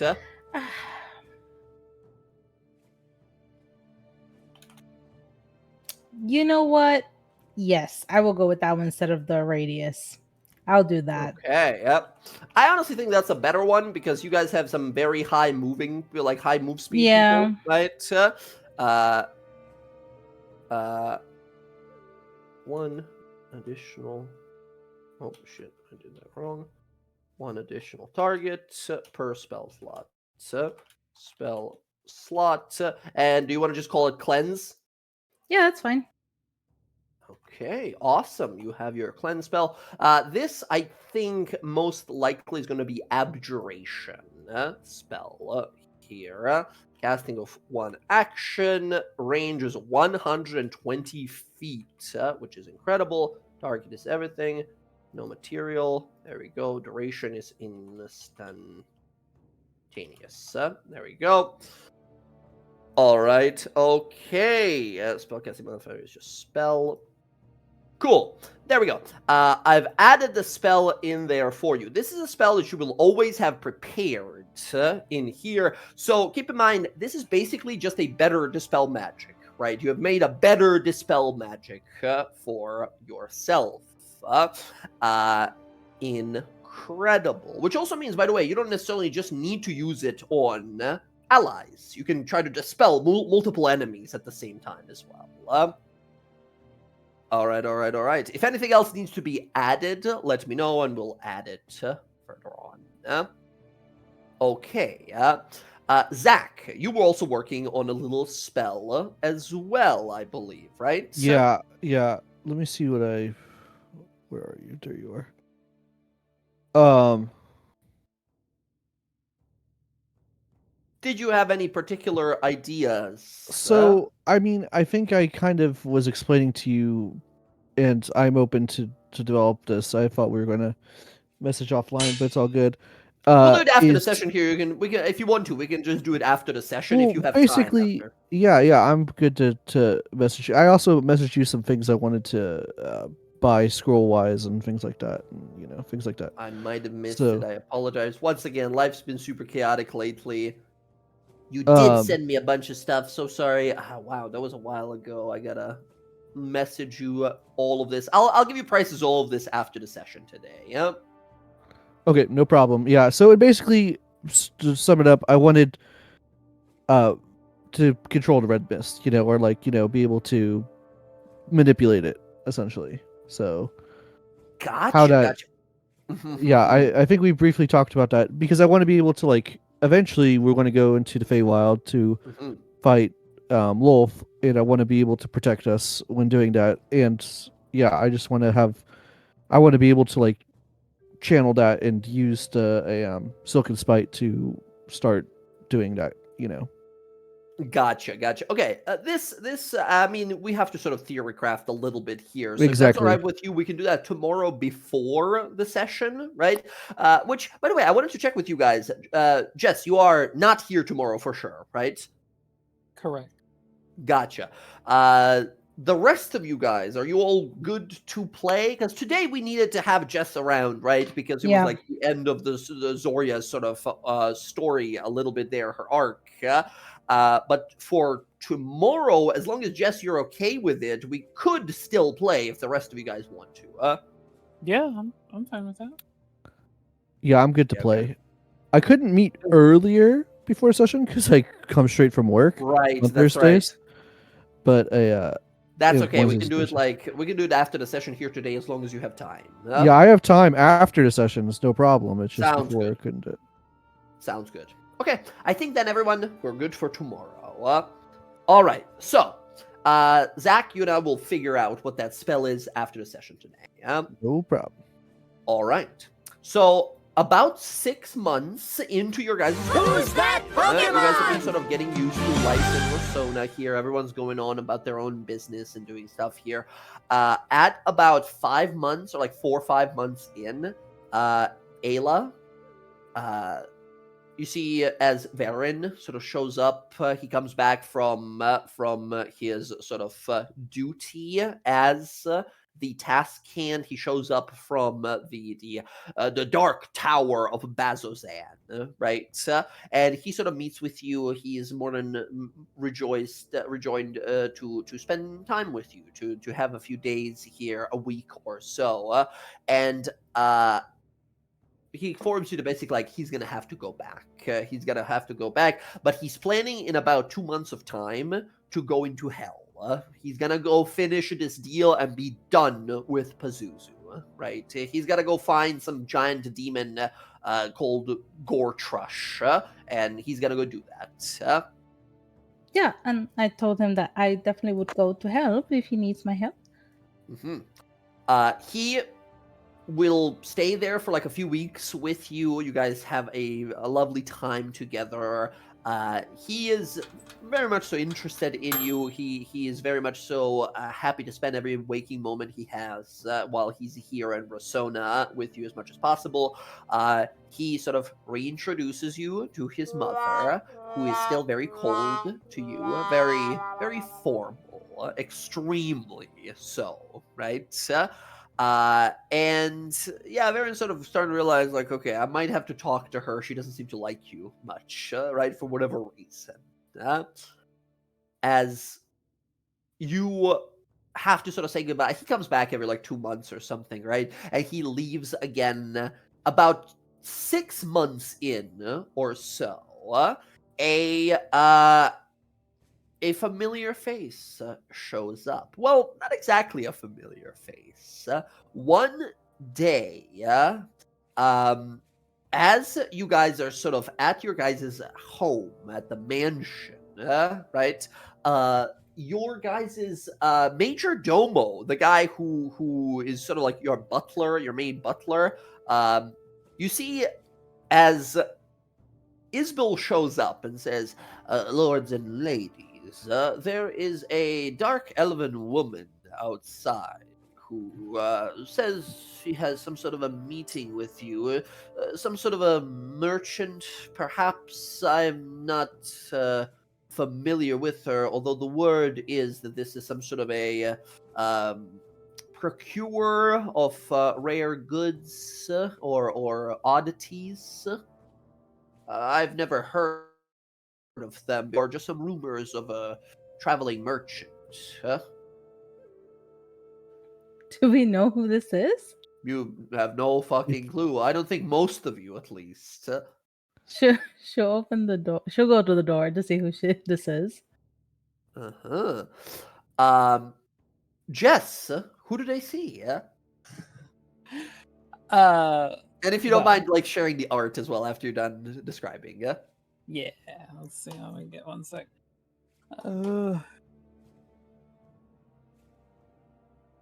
So, kind of like when you open the door, like there's this like in the back of this like woman. She's like turned off, like looking off towards like the rest of the city, and from behind you just see this very sort of like tall, dexterously built like figure with like long white hair that kind of like flows down to like mid shoulders, and this sort of like darkish blue, kind of purpley hued skin, and this very fitted sort of looks like a very like dark pale gray like silken dress that kind of like shimmers in like the low lights of the city. The ornamental metal on it is dark steel that kind of is like folded into this like filigree and everything that like wraps around like the cuff of her left bicep, where there's this like long sort of sleevelet that comes down, like drapes over her hand. On her right side, the arm comes down and ends at the end of the bicep in a cap, where she's missing everything from the elbow down. And in her left hand is this very sort of like long, elongated staff that has a noticeably a hourglass in one part of it, and then what looks like a oddly colored crimson like Luxenstone at the top, made of like this dark wood with the same sort of like dark steel like embellishments that kind of like lock it like rigid and everything. And as she turns around, she looks at you, smiles, and she has these very deep set sort of like lavender eyes with like amethyst earrings and piercings and adornments on her, and she kind of bows. I was told that you are Nightingale and you have a fondness for magical items. Oh, yes, come in.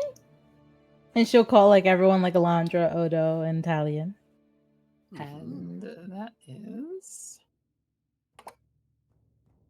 make that change there. If you want to, I can post it in the Roll20 here if you want to. Yeah. Uh-huh.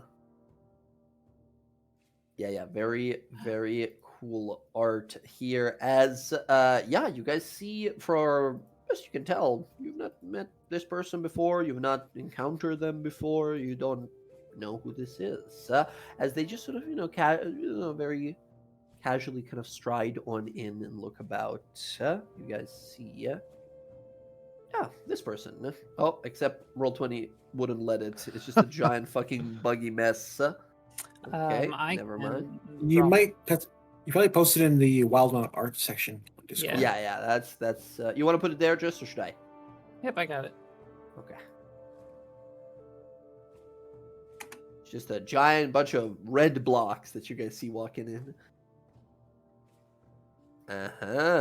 Yes. You see this like major domo, this like butler that they have here, Isbill, kind of looks on over and kind of squints, says, and what might your name be, my lady? Caraves, House Osray. Cara, if you prefer. He sort of looks around, kind of like unfamiliar too. From both, like he thinks about like, have I heard? I think I heard that somewhere before. And Isabel kind of looks to the rest of you guys, says, "Lords and ladies, do you require anything else, or does your guest require anything?" Some tea would be nice. Tea would be fantastic. He will leave the room, and it's just you guys left with this person here. So, you're the adventurers I've heard so much about. I don't know if I'd say legendary Nightingale, but word does get around. How do you know about us? Well, in my line of business, it does someone good to stay abreast of those who might need your services. And that said, I'm the proprietress of a establishment called the Silken Spite. We specialize in magical weaponry and arms and armaments. Landra, Excuse you me? immediately like, huh? As you look down to your side and this enchanted, like, silken web fucking rapier you have that is called exactly that. Yeah, I was just like, excuse me? What was it called again? The Silken Spite. It seems rather fitting, for the grandeur of Rosanna and what we aim to provide. It's definitely odd that you named your establishment after a vestige that belongs to a betrayer god. Oh, you know your weapons. That's amazing. They're actually called Arms of the Betrayer, but we can overlook that. Mm-hmm. And besides, a name is just a name. It has absolutely no bearing or power unless you choose to give it that yourself. Exactly. It's how you use the weapon, not the origins. Mm-hmm. So As you guys kind of look around, like, okay, so. So, I thought rather than wait for you all to find my store, which people seem to inevitably do when you're the new business in town, I would come and personally extend to you an offer to check it out if you wish. I would be delighted to check out your store. My schedule looks to be open. I wouldn't mind perusing. You said your name was Kara, was it? Karaves, but Kara's easy enough. Alondra, pleasure to meet you. Alondra Seeley, I believe, right? Yes, it is. The Songcrest of Seeley at your service. I've heard a lot about you. A curtsy. And if at I'm a not table, mistaken, so you have to stand up, do a curtsy, and sit back down. Yeah. And if I'm not mistaken, you are Odo Overbarrow. You are a sword master of sorts, specializing in one-handed swords and a shield. And then you are Ayla, a healer. Am I right? Sort of flirting with the idea of using the Luxon, but also the Moon Maiden, and you as well. Heard very little about you, but Talion, I believe, is your name. An archer extraordinaire. I think at this point you guys are like, how do you know all this, right? It's like, how the fuck do you know all of this? You're just gonna whisper to Alan, how does she know about us like that? I mean, first of all, Alondra, no wonder. Of course she knows. Like, everybody knows. Yeah, exactly. But the rest of you Everybody. guys are like, what the fuck? How do you know that? Like, even to a point where Ayla, you're like, I am kind of playing around with the idea of Luxon, and how do you know that? That's my spiritual journey. How the fuck do you know that, right? Italian kind of raised his eyebrow at her comments. Like, well, you're certainly well informed. Yes, well, the large ears on my head are not just ornamental. That said, it pays to have your eyes and your ears in places that would bring in potential customers for your business. Where's the large one? I think Zorya was her name? Oh, she's SkySpear Zorya now, but she's not here. She's in her home in Moorlands. Oh, that's a shame. I actually had a sword that I thought she might like. Oh well, can't win them all. I can always look at it for her, and if she likes it, I can always get it and give it to her. She's pretty partial to her axe, though, but, if it's good enough. She always could use more weapons, Oh, of course, of course. Well, then you'll have to see what I have, and then we can talk about that. So you like a traveling merchant, or like... It seems like you have a shop here, it seems. Correct on both accounts. So I was a traveling merchant. I came here once the frontier got a little too frontier with the ongoing conflict, made it a little bit more dangerous to slip around as needed, came here. Well, it turns out they don't actually appreciate you pedaling out of a cart in the streets, and instead prefer you to actually have an actual storefront. So I got a storefront and put my stuff there. But I do travel. I take great pride in hand picking, and by hand picking I mean scouring through tombs and everything to find the stuff that I put in my store, because well, it's easier to cut out the middleman in that case. Question: Does it look like this person is wearing or using some kind of magical disguise when she says delving into like tomes and stuff?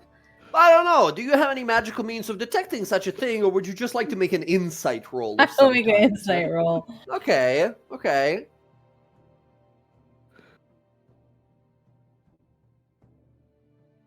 26.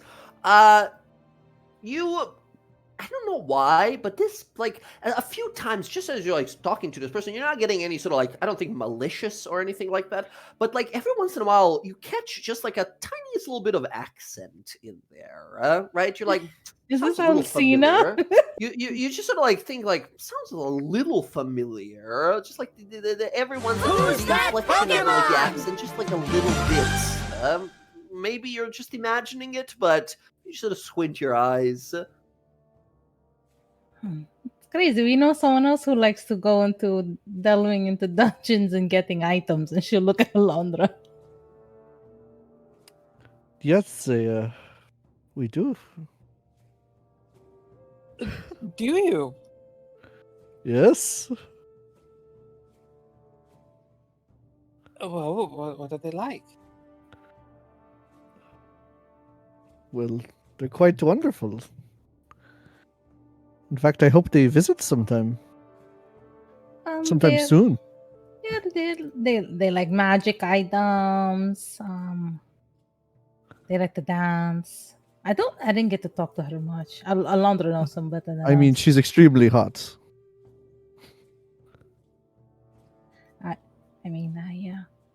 I can't answer that question about hotness because I don't see other people like that besides one person. So I'm in a committed relationship. I can't think of other people as hot. You can look at the menu, you just can't order. no. Especially considering her boyfriend's brother can peer into your thoughts. Oh, really? Oh, he doesn't want to see what's in my thoughts. That is, I will admit, more than a little alarming. You're not Alcina, are you? She's gonna put her finger up and just jumps on the table, points at you. She kind of like there's this like moment where she's like as she like thrusts the finger in her face, she like leans back in the chair and like looks at it kind of like cross-eyed a little bit, and she's very like hesitant, like what's like she gives you that genuine look of like what's this bitch on about? All right. At this point, Ty's like put his hands up. All right, everyone, calm down. No, we like Alcina. If that's her pretending to be someone else, it's kind of fun. Yeah, well, it's a little bit hard to sneak into a city when you are doing it just as yourself. So I knew it. Sort I of knew it had was you. to. You hear the accent change almost entirely as this like elegant, dexterous, sexy elf woman just starts talking like a heavy German accent all of a sudden. I'll run over and hug her, tackle her. And when you do, I think you feel there's a little more. She's not exactly as she looks in this elven form. There's something that like your hand kind of goes through slightly. Some parts are a little like bigger than you expect. I think Alcina, you realize like, all right, yeah, it took them a while, but they figured it out. They got it. So there's Mhm. this moment. She's like, hold on one moment, and she like takes her hand, and where you would think like that maybe the nub might actually like move towards like her hand, there'd be like some like weird invisible thing, but you actually see her like bite down around like her ring finger and pull something off, and she just sort of like you see the image like fade away. The dress stays, but like the purple kind of like falls away, like the blue eyes kind of like stand out, and the hair gives way to like the blonde mess that is her hair at the moment, and Mhm. she's standing there, along with the very, very geometric tattoo on her singular left arm. Mhm. I understand. You have to wear that outfit. It's to be safe. DM, Uh-huh. can I roll a insight or history if I recognize that pattern? I think yes, I can absolutely go ahead and roll a history roll, but it definitely reminds you of a specific group of people that in the Empire that does similar sort of adornments from your previous adornment, like You know what? enchantments, let's say, to their like rolled a- limbs or body parts in the Empire. I rolled a 5, but I'm gonna use my inspiration. Okay, all right. This feels fucking important. Okay, 18. 18. I think just looking at the symbology, it doesn't look like a bunch of strange like stones embedded in her arm. So I don't think you immediately look over and think the worst, right? You don't think this looks exactly like any Scourger tattoos or anything like that. But the design is similar enough where you would be like, is that inspired by something? Because it definitely doesn't feel just like a random thing. It's very geometric, which is sort of the description often of sort of like the Luxon and such. But this person, I mean, Alcina, she looks, I would say, Jess, you would say human. Yeah, she's Very much so human, sort of. I love the new art, by the way. Very cool. Look at that fucking Viking chick. So cool. Yeah, and for Talion here, who hasn't seen Alcina before, Jess, do you mind sort of giving a description of what she looks like? We haven't seen her like 6 months or something. So she's been around doing dungeons, fighting all kinds of crazy dungeons, monsters and shit. So what does she look like now? So, she's not in her like normal armor kit, which is usually like these sort of like armored boots with like sort of like fitted dark gray pants with like this half skirt that like hangs around. It has like a red underlining. She wears a very prominent belt buckle that does have the Cerberus Assembly emblem on it, and this like sort of like vest style top. She has a sort of like this like large pauldroned gauntlet that she wears over her right hand, which, as you guys have learned, is likely some sort of like prosthetic because that arm is really gone. Mm-hmm. And she has a very tall build. She's got a, sort of like the sort of like the knightly, like has made a life of like fighting and being very active. Blonde hair, very pale in color. Right now it's down, but usually it's in like a tight long braid that she wears. She got a scar over her left eye that kind of like hooks around. Very, very tragic tale of making one misstep in a dungeon. But yeah, like right now though, just the same physical build, wearing this very distinctly like Kryn high society dress right down to these heels that she's got, and seems like she's put a lot of effort into crafting this other identity. Mm-hmm. Yeah, absolutely. I think Talion, just sort of looking at her here for a moment, one thing that you notice immediately. I mean, you see these like odd and strange tattoos, and like I don't think you think immediately like, "Ooh, that's the Scourger tattoo." It looks similar enough, however, to gather your attention. And on an 18 history roll, of course, clock, the symbol of the Cerberus Assembly, a powerful group of mages that work from the Empire, that are sort of like the council to the king, in a sense. They are extremely powerful mages that are sort of like a secondary government. And I think that you immediately clock. I look at her, I look at the rest party. I take it you're all acquainted with this person? She's Well, one of us. Hi, She helped Alcina. us. She's a Nightingale. Yeah, she helped us in the. We were Hello. trying to fight some Medusa. She was with the party for a while. I will say one other little detail that is a little bit different from the last time is this very distinct sort of like where there is the geometric tattoo, there is also now this sort of like lavender webbing that is like started to like work its way up her arm. Like kind of like just pale purple, like it definitely whatever it is looks like set under the skin as it's like working its way up her arm. Mhm. You hear some movement in the hallway, and easy as before, you tap the ring, and again, you guys watch as she takes on the appearance of this dark elf. As walking in is Isabel and another maid, and they bring in the tea, right? They bring in the drinks and everything, and they like excuse themselves and leave you be again as you interact with that ring again and go back to your human appearance. I have to say that being here has been kind of interesting. I've been to a lot of parties lately. They really like to invite you if you have even like a remote sort of I don't know, perceived station of status. No, I don't get invited to no parties like that.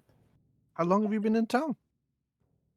Just to Oh, clarify, by the way, you guys are invited to a party every single week. Just to Does clarify. the laundry You got- like keep like the invites and don't tell us? I believe that to you guys, but you guys are basically noblemen, right? You are always invited if there's some events. Any den is organizing any sort of event, you guys are for sure invited. It's sort of like an honorary invite because you guys are not like member of noble families or dens, so they kind of like, oh yes, the heroes, invite them as well. Nobody expects you to show up, but if you do, great, right? It's an event. I think Talion he's been having Arahala go to those parties in his stead. Excellent. Alondra's been totally going to some of them, so You've been going to Allowed parties? to everyone. Why you don't tell me? you're so caught up with Varen that I didn't think you would be interested in going. I mean, Well, I told you I was going out a few times, and you said, "Oh, I'm okay. I'm reading my book." Well, I didn't know okay." you saying go to a party. You don't have to be. I have to start going out more because maybe his mother doesn't like me because I'm not have more of a presence or whatever. Okay, actually, next from party. what I understand, she If his mother doesn't like you, there's dislikes something wrong with her. Well, it's more so from what I understand from what I've seen at the parties that it is you're not drow. Or consecrated. That too. Well, who cares if I'm not drow? What does that matter? I could let you borrow my ring if you wanted. No, I like being who I am. And Alonda says if she doesn't like me who I am, it doesn't matter anyway. Yeah, you're It's not love marrying conquers her, all. right? I Exactly. think I'm not marrying anyone. I mean, you heard him ask that he wants to marry me. I said He wants to marry absolutely you. nothing. Oh my god! Oh my god! This is crazy, Alondra. But I have heard a lot about all of you. Been kind of interesting seeing what I could gather up along the way. Yeah, I mean, Alcina, what you've heard is what most people have heard. These people helped us win the war, right? The war against the Children of Malice is won. And yes, it was the armies of the Den Thalis and the armies of the Den Olios. And these heroes that led the charge with our Tascan, Varen Thalis, the greatest warrior of the kingdom, right? And yeah, you sort of heard all kinds of information. You look around like, this is a nice place they got. This is like a whole manor they have here. Very well decorated, very well done here. They have excellent service and everything. Like everything is at their beck and call and such. So, yeah, your friends made it pretty big here. You're doing pretty all right for yourself, too. This is better than the place that I got. It's just, a small, like, one-level home. This is... Honestly, I'm a little bit jealous. I mean,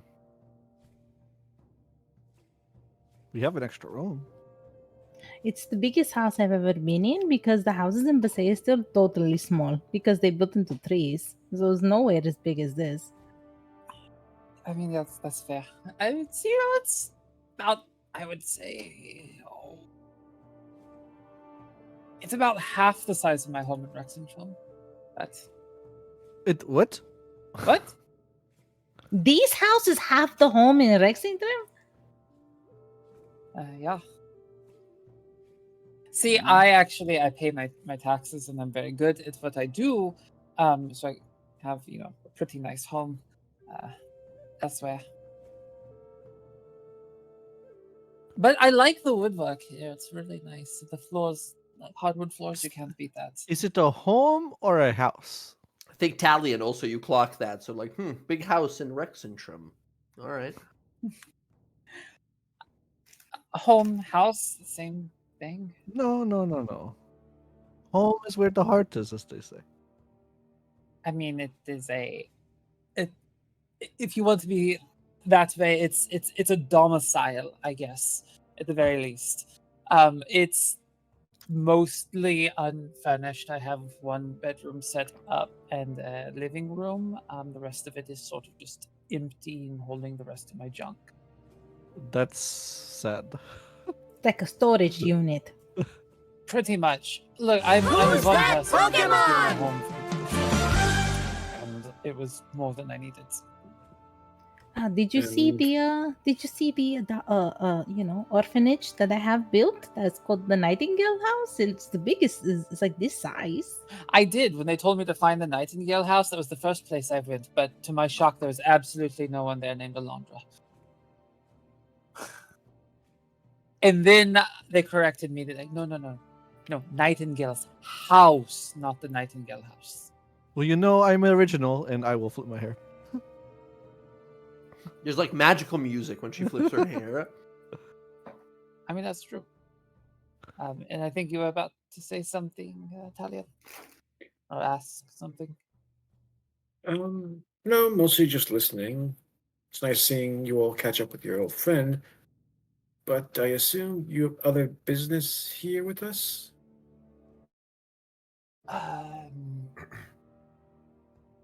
Well, we've been messaging quite often. I'm so excited to see you. I'm excited to see you too. Mostly, I mean, no offense, my business was with her and, business, she says with a singular air quote on one side. Oh, do you want us to go? I can leave. I have stuff I can do. No. Y'all here. I would be a terrible house guest to show up and say, "Get the fuck out."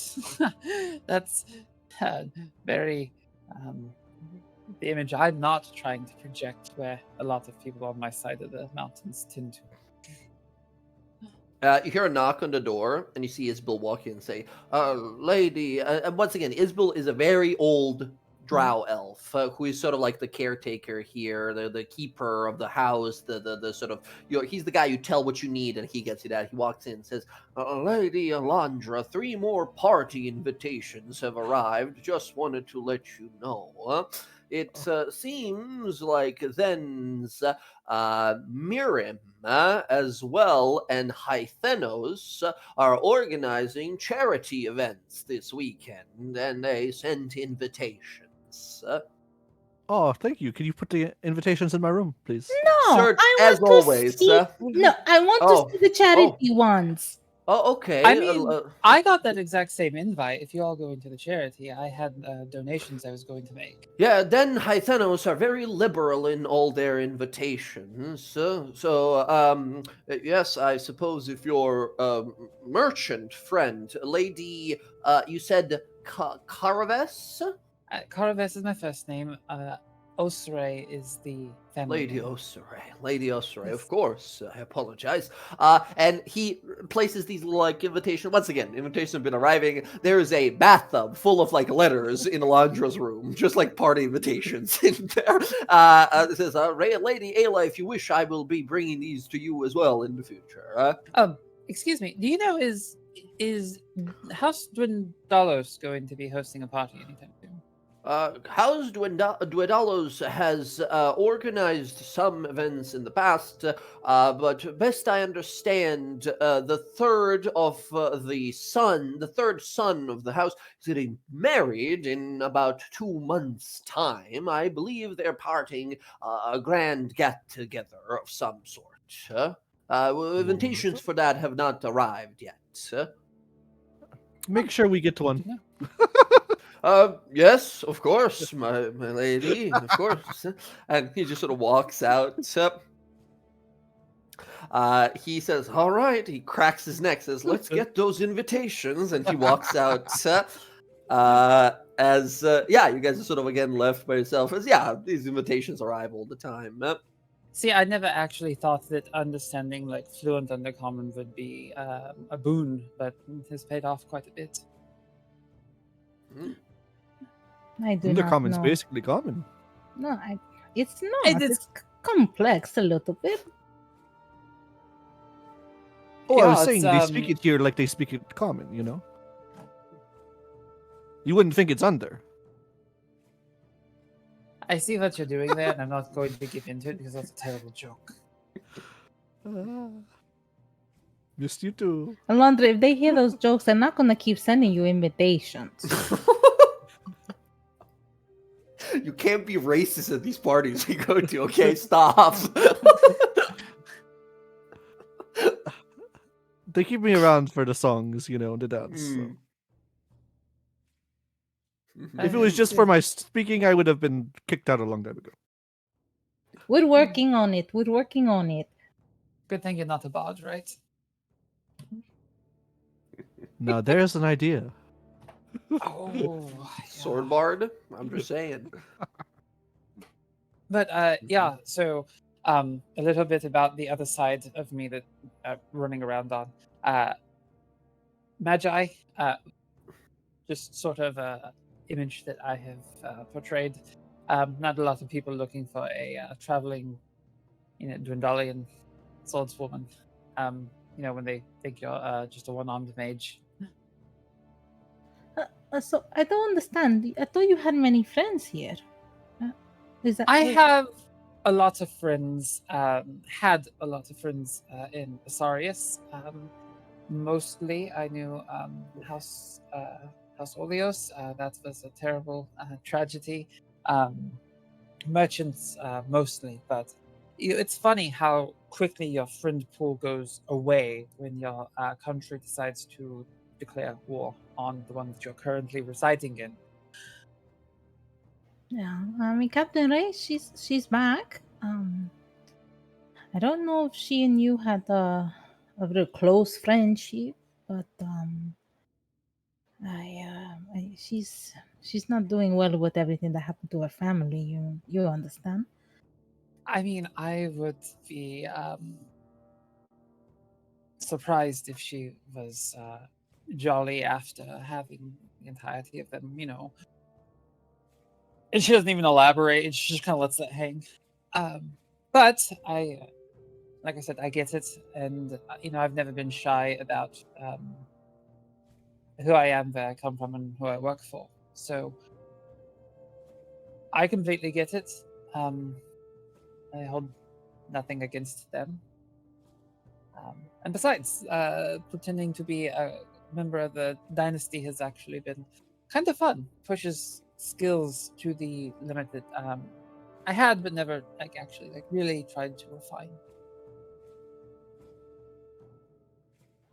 So I just want to say I'm very bad at lying. So I don't know how this is going to go when we go places. I mean. Well, it's not a lie if you say that.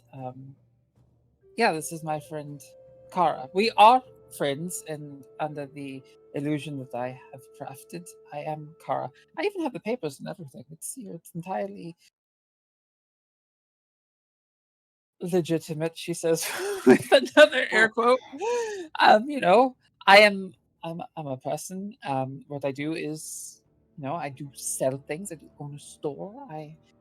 I've got the business permit. I got the licenses. I pay taxes, which I think is probably the most important thing here.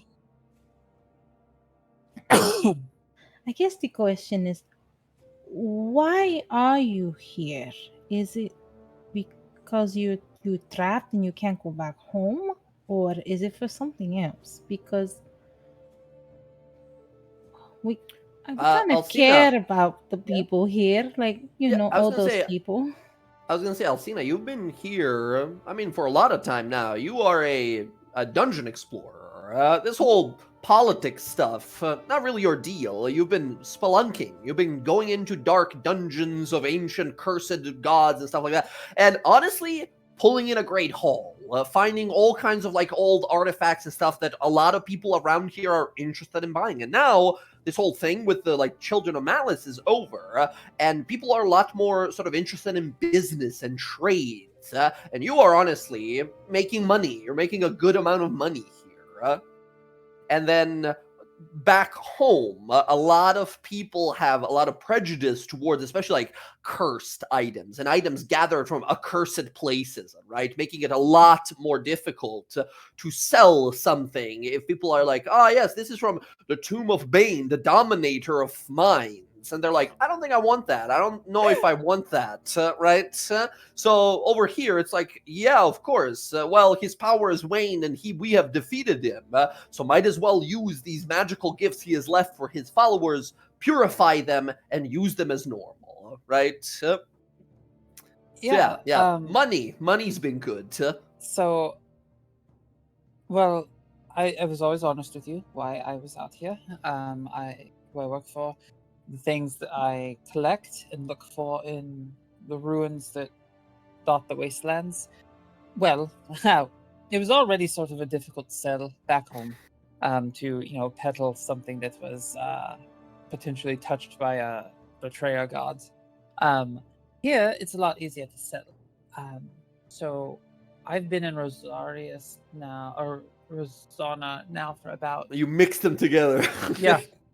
Rosarius. I've been in Rosana now for about 8 months probably. I've been 8 months. yeah. Well, so I know Alondra looks I a little didn't- hurt. look, it wasn't I had to make sure that everything around you all was in a situation which I could approach. Right? Obviously me being me, probably not welcome here. Taking my stuff back home to sell, which I normally would have, can't do that either. There's a very no Jorhassian things allowed at the moment.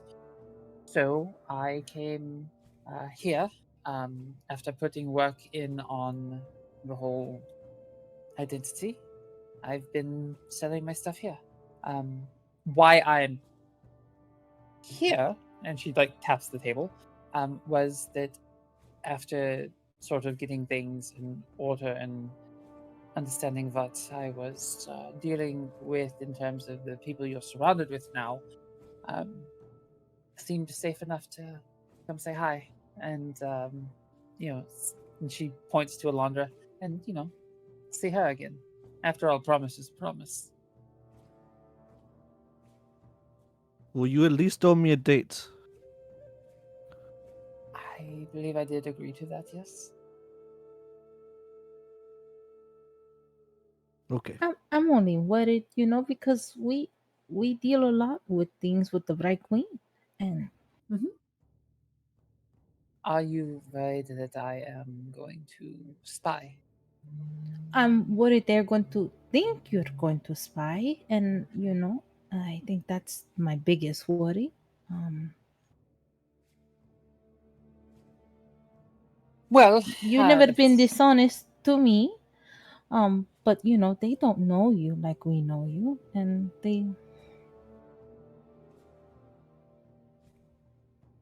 I just don't want anything to happen. It's that is why I put such effort into who I am, and I would hope, and she looks at everyone, that can remain a secret. Of course. Because, as I have pointed out, I do have connections now. And that's not a threat, that's just saying that where I have managed to stick myself would travels surprisingly well, really. I got sick at a party one time, and it was not the greatest thing. There were people that knew about it that weren't even there. It was really kind of weird. Yeah, like the very first time they're like, "Oh yeah, you're that merchant that Oh threw no, up on the table." you're the one Yeah, that got sick at that party?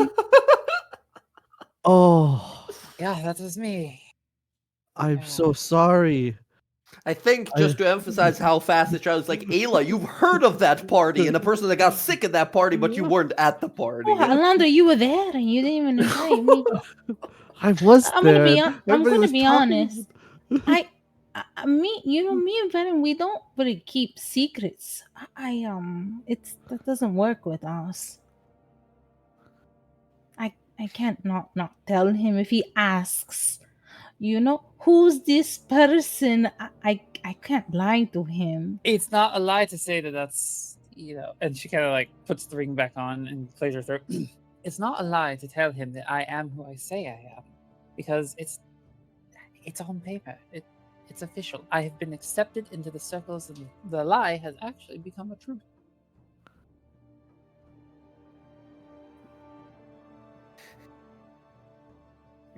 I, for one, yes, I agree. I mean, if you're going to live with this person and never be Alzina again, then it is the lie. But Ayla's that friend when cops come over and you say, "Be cool." Who's that Pokemon?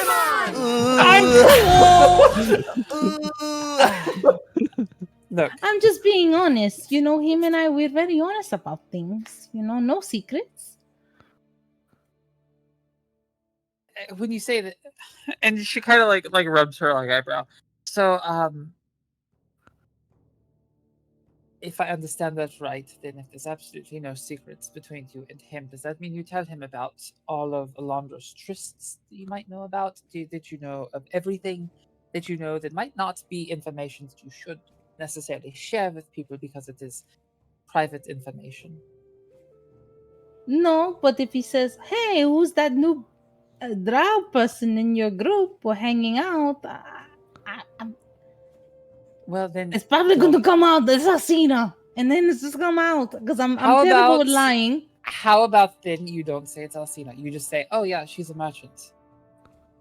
That is absolutely 100% not a lie. I'm a merchant in both lives. Oh yeah, she's the new girl Alondra's seeing. Bats arrive. Oh. Ayla, you're trying to I don't want to lie. This is really bad. This is, I wish I didn't know this secret. I think, Alcina, you're a little surprised here because you look over and you see a person who is genuinely having a hard time with lying, with being dishonest, and I think it takes you a little by surprise here. I mean, all of you guys have traveled with Ayla for such a long time, so you're sort of used to it here. But you see someone who's genuinely it makes them feel uncomfortable to be dishonest or lie. That's fair. Okay, I'm gonna do a thing. Don't everybody hate me. But as we're sitting here at the table, can I know your all surface thoughts? Ooh, okay. As with a little bit of focus of your psi abilities here, I don't think anyone here has any magic items that prevent anyone from reading their thoughts, at least the surface thoughts, right? And to go down the line here, Odo, any surface thoughts? I think for Odo, he's just, I don't know, he's probably happy to see a friend, wondering what she's up to, why she's here. Mm-hmm. I don't. Yeah. I think Odo thinks probably she hasn't told us the real reason why she's here. She probably has something up her sleeve that she hasn't told us yet, but she doesn't mean harm or anything. Okay. Gotcha. So just curiously cautious. Yeah. Cautiously but, curious. But happy to see her. Yeah. Of course. Gotcha. Alondra. Oh my gosh, it's so good to see her. Oh no, her drow form is hot too. I'm in trouble. I'm in trouble. Gotcha. Okay, yeah. Ayla, from you, anything? Yeah, she is just thinking, oh my god, what I'm gonna do. I don't want to lie to Varen. I don't want to get Alondra upset. I don't know what to do here. That's what she's thinking. She's just constantly thinking it over and over. She's a labyrinth of her own design. Gotcha. And then Talion. Hmm.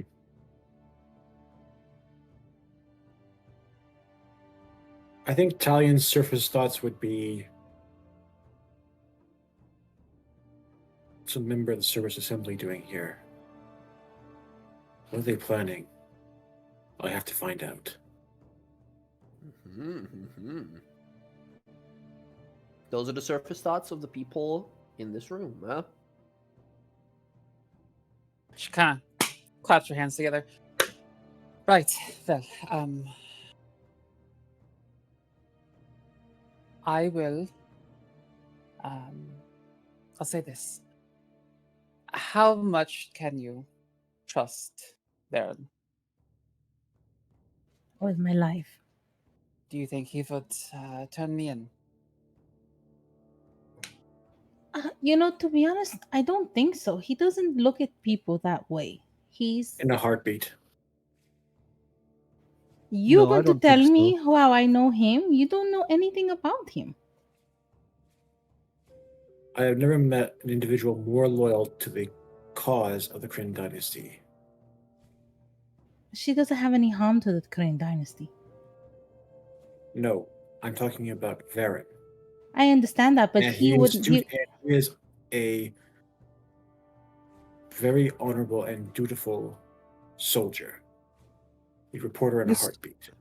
But he's also met Alcina before, and Alcina has gone away a long way in the past with us to prove her trust to Varen. She helped us do multiple things for him.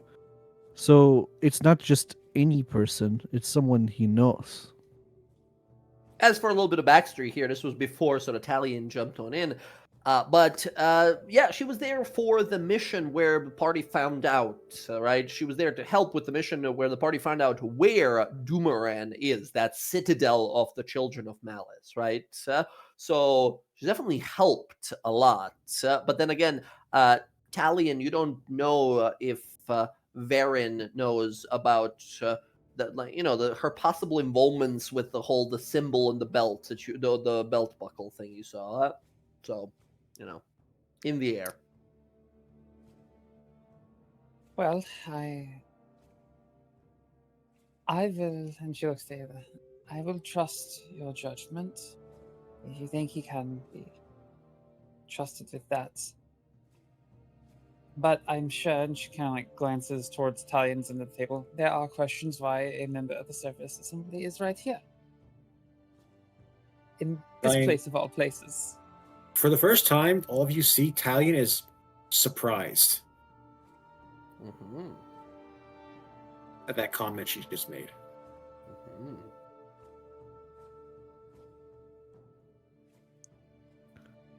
I'll be entirely honest with you.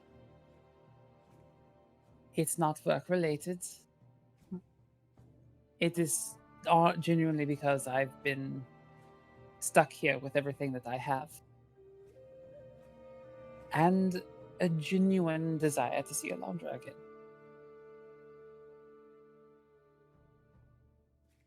And from the sounds of it, you're also a member short. So, I could help out. Again. If you wanted.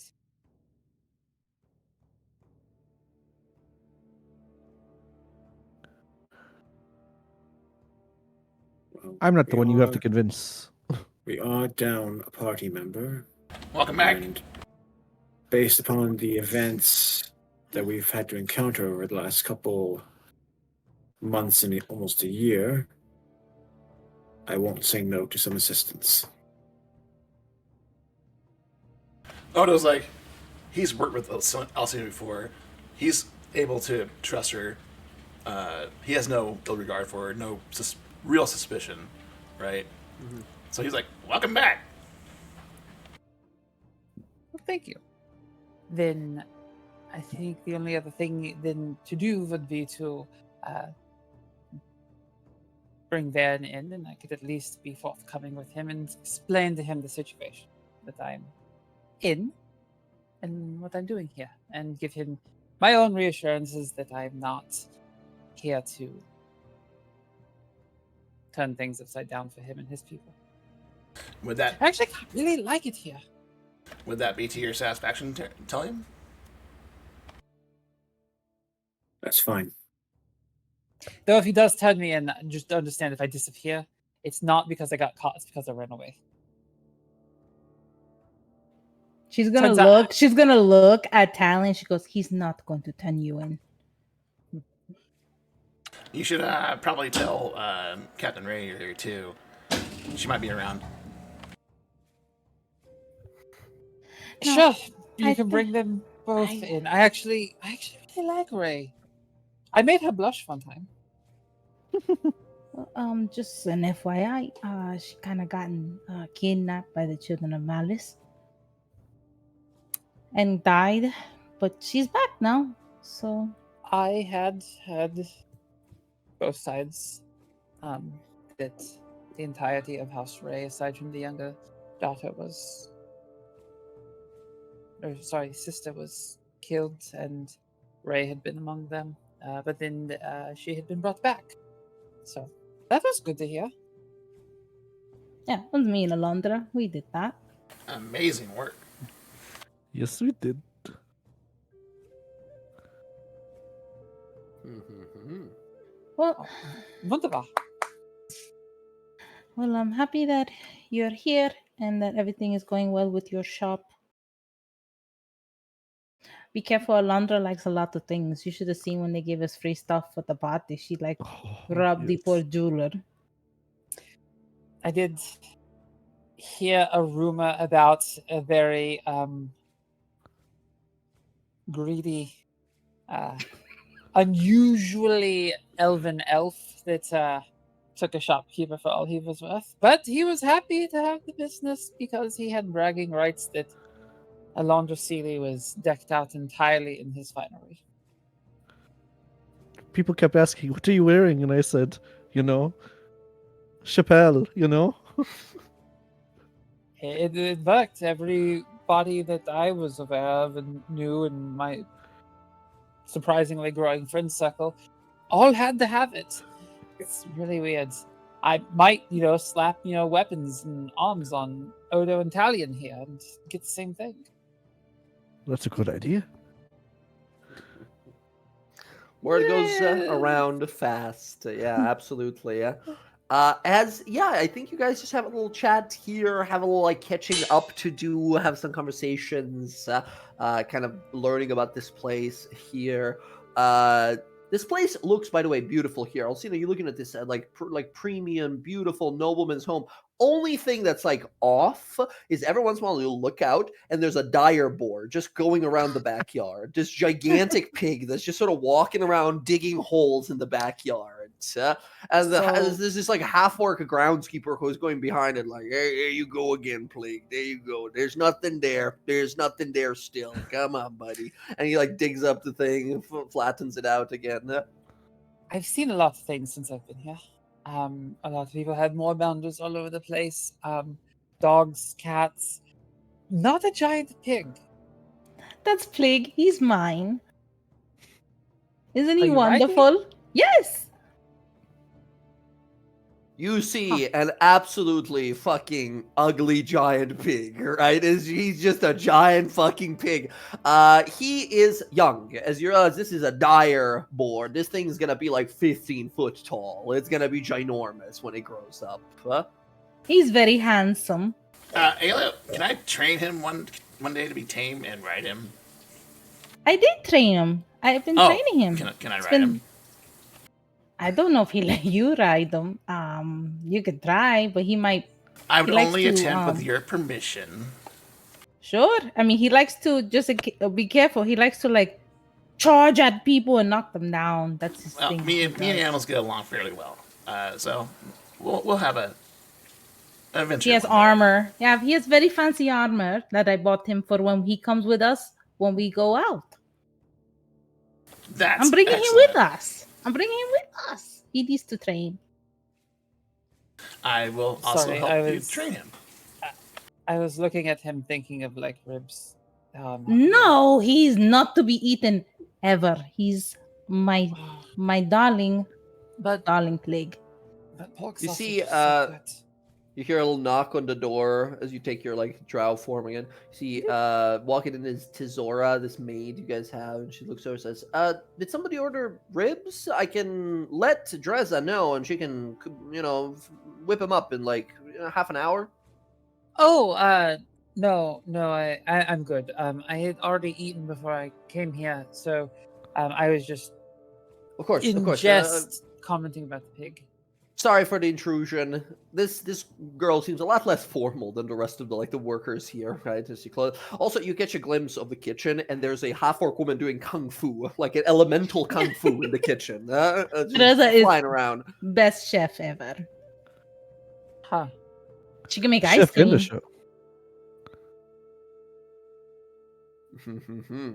Yeah, That's a wild sentence, by the way. We're to be playing D&D. It's like, yeah, our chef is doing elemental kung fu in the kitchen. So yeah, I think That's you a guys lot.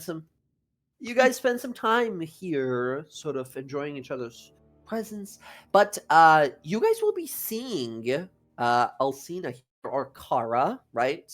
Or what everyone else would be referring to her as, Lady. Who's that Pokemon? A lot in the upcoming months, right? Next half a year. You guys see her pretty often and all kinds of parties that you guys do go to, right? A lot of people are curious, and it's an exciting new thing, right, in town. We have this new merchant that sells all kinds of oddities and artifacts and strange magical things. A proper sort of magic shop in town here, and your business does pretty damn well, honestly, during this time. You guys meet in all kinds of, charity events and gala events and dinners and fancy gatherings, all that kind of stuff. And about 7 months, or so, 8 months into the downtime, Varen shows up.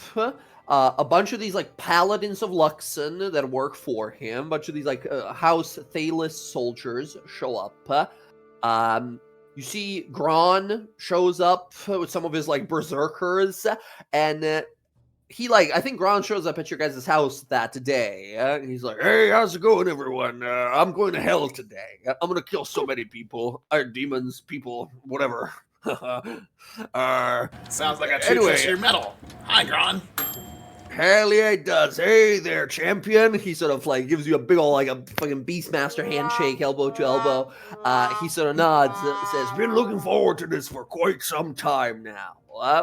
Yeah, no, I don't know. Varen hasn't explained anything to me. He tried, and then I started getting angry at the explanation. And he said, it's okay. Once we get in there, just sweep. Go for the sweeping attacks, right? And I was like, done deal. Which, I gotta be honest, I've been looking forward to a good scrap, a good thumping. You know what I mean? It's been a little while. No one's really killing each other anymore in the moorlands.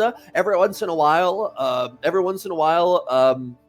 I will go over to visit, right? And me and Zorya will just beat the shit out of each other for an hour straight. She's, she seems to be doing well, but I feel like she really needs to just fucking lay into someone every once in a while. Right? She's got that kind of calm rage. It's kind of hot, but also very scary at the same time. Right? Anyway, we've been just beating the shit out of each other, and she's been training. She started dual wielding giant axes. I've been sort of helping her learn that. Pretty dope. Anyway, Varen hasn't. Well, he tried to explain, but I didn't get it. Are you guys going to hell with us? We have a lot of dudes. We're just going to kill some guy. We're just going to jump him. I think we're just going to jump him while he's going home from school or something. I wasn't told how old this guy is. I mean, So, I'm I going. guess. Oh, guess it's that time already. Yeah. Hell, we're going to hell. Oh, who's your new hot friend? And can I can I shoot my shot? Hi, I'm Kara, and no, you can't. Oh shit. Okay. All right. Fair enough. Fair enough. I'm Gron. I am the leader of the Koshtask. We are. Well, we used to be a horribly murderous, rampaging horde of orcs, but now we're a little better. That's amazing. Lady Ostray, I run a weapon store here in town. I'm Alondra's girlfriend. Alondra's girlfriend. Okay, fair enough. Alondra. You see, is... Alondra goes and like puts her arm around her, like just Okay. stretched, and All you right. know. All right, that's fair enough. It figures that two most attractive people would be together, right? I guess. Wow, that's hurtful, Gron. Wow, I can't. Okay, listen. You can't all be mad. You can't all be mad. I made a I deal like before. the assumption that Odo and Talion are together. I think it's adorable. No, listen. This he points over to Ayla. Says, "You healed me. You became my blood sister. I can't just like think of you like that. You know what I mean? I find people sexually attractive, and that's my upper limit. That's my upper limit. I understand now. I have no further emotional, deeper investment into people rather than physical attraction. It's been very lonely last few months. You'll find Anyway, perfect person one day, Gron. I know. I've only married 7 times in the last few months, and What? it's just orcs live in hyper polygamy, right? So it's been good. It's just like it can get a little too much at times. You know what I mean? Sounds fucking exhausting. It is exhausting, but that's the sort of kind of like proving oneself, both physically and physically. You know what I mean? Wow, Season okay. wise. Wow, that's a lot to take in. Whoa! Hey, I Ah. mean, I'm just saying, if any of you guys want to get married at any time, you know where I'm at. You know, I hear Anyway. Wacko's in town. You should go talk to her. Whack. Last time I tried to like get something going, she poured something into my mouth and my head grew twice the size, and I couldn't like my sense of equilibrium was off all day, which is poof. She's a little crazy for me. You know what I mean? I don't know. I mean, they say the crazy Little ones are the wacko. best ones. Well, now I gotta man. try. All right. Are you then, Kara? Are you calling Alondra crazy then? Come on, Oh, I'm a yes. little crazy. Yes. She has entire disregard for her own safety when in battle. That's called brave, I think. It's mostly in how she smiles and laughs at a situation that other Oh, people yeah, would that find is- it absolutely appalling. Haunting, absolutely haunting when she starts flying around and smiling, and then she's sort of like, you see her, and then half a second she's behind you and your head's missing. That's wild, right? I don't do that. I make sure people see me. It's like due diligence, you know, when I'm coming at them. Mhm. But I will say, in the craziness, there is a certain amount of heated attraction. All right. Yes. All right. Oh. I have to hear it in the Anyway, house. where's Varen? Khan's gonna be looking for Varen. Right. Yeah. No. He's back at the flaccid mansion. What do you call it? The big place with the glowy Lucid lights. Bastion. That place. He's back over there. Let's do it. Let's fucking kill an entire horde of demons. I don't know. How many do you think we're killing? Like, how many do you think there's gonna be? Because I figured, like, I can probably fight 20 dudes myself. I mean, I've Oh, never that's tried adorable. it. That's a good number for a child. What? Hey, I'm not a child. I'm a very big, scary child. No, I'm not like a big adult man. Orc. Man. Oh.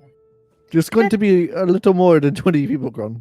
It's going to be Excellent. a lot more. A lot of people. I don't think So, it's going to like- be the equivalent of the tower, you know, when we were there going in. Right. But, Right.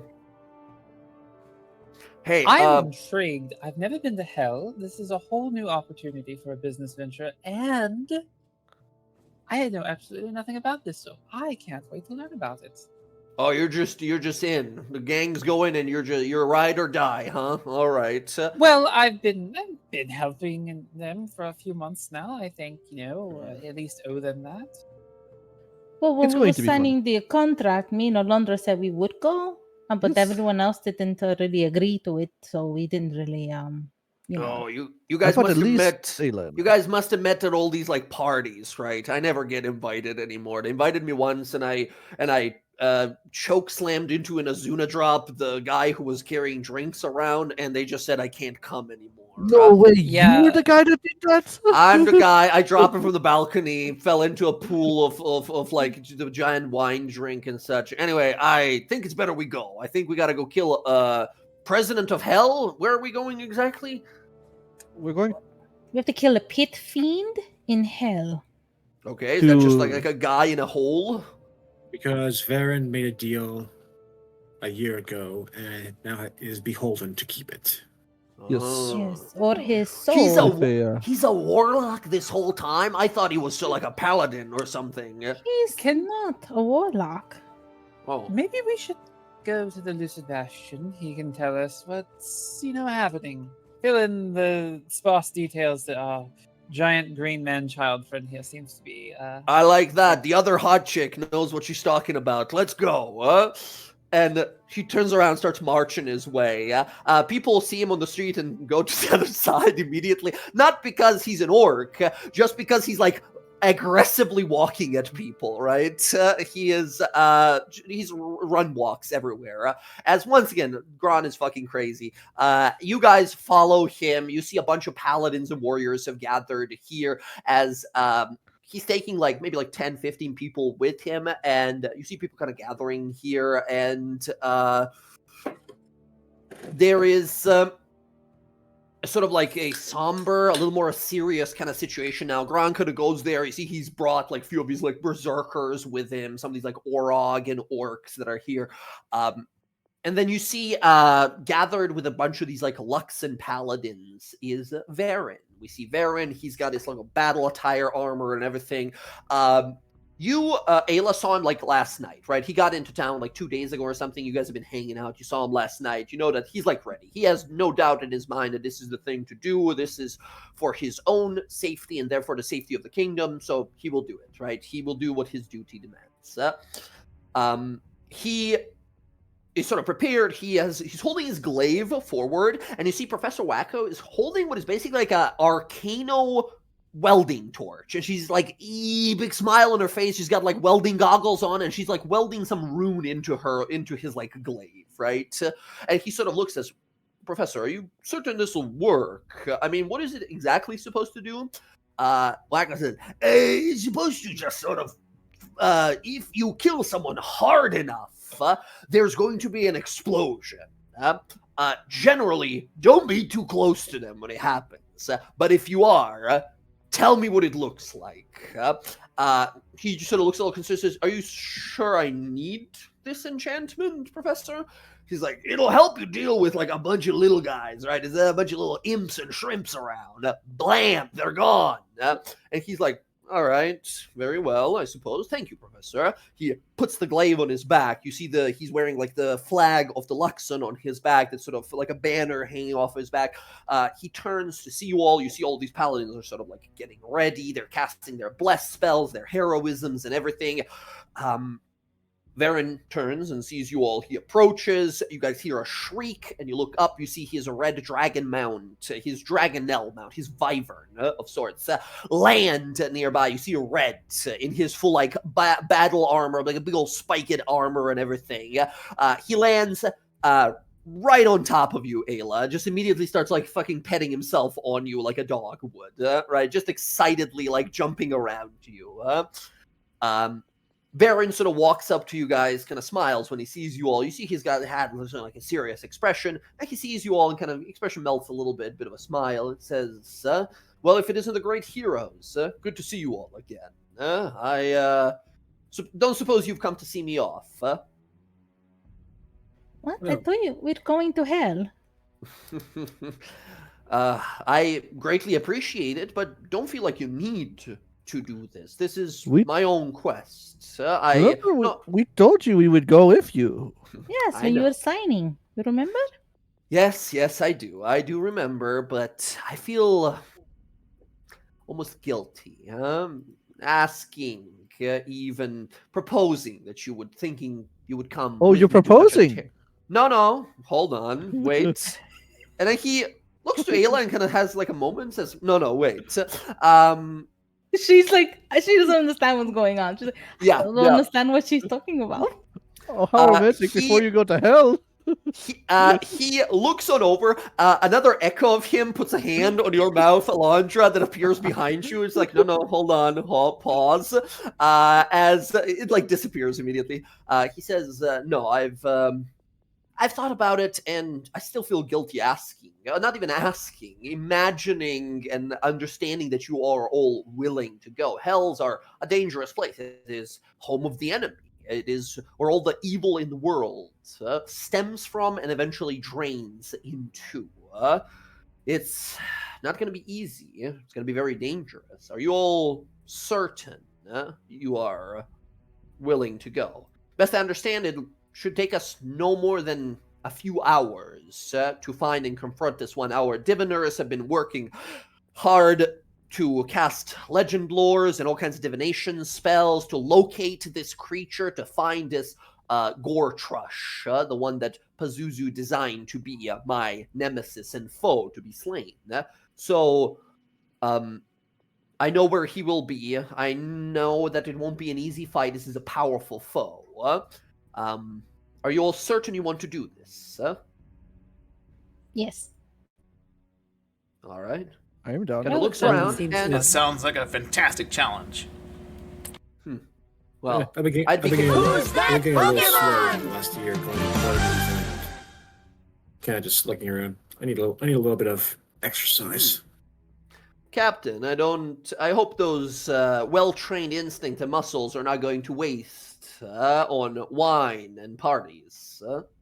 Talion draws an arrow, and the oath bow aims at a very hard to hit target from a great distance, and I'll fire a shot.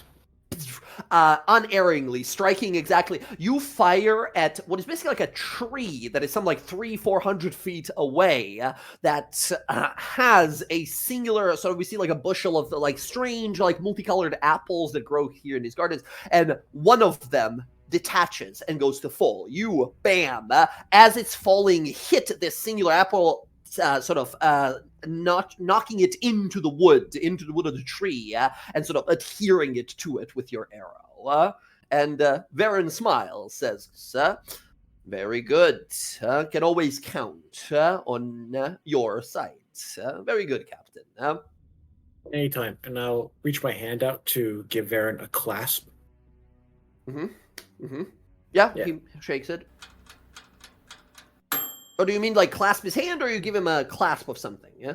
Like my hand clasp around his forearm, and he clasps around mine. Like, Oh, that hey, gotcha. I thought you meant like the clasp. you warrior put- shape. Warrior, yeah. The beast Warrior master handshake. handshake. Hell yeah. Yeah, absolutely. He gives you a nod like, this will be good. This will be an excellent fight then. He stops and kind of looks over to this drow that's with you guys. And says, I don't believe I've had a chance of meeting you, although I've seen you before. You are, you'll forgive my memory, Lady Osseray? You're a merchant, right? You sell weapons and armors and such. I do. Yes, that would be correct. Right. I recall my brother mentioning you at one point. Seems to be very curious about you.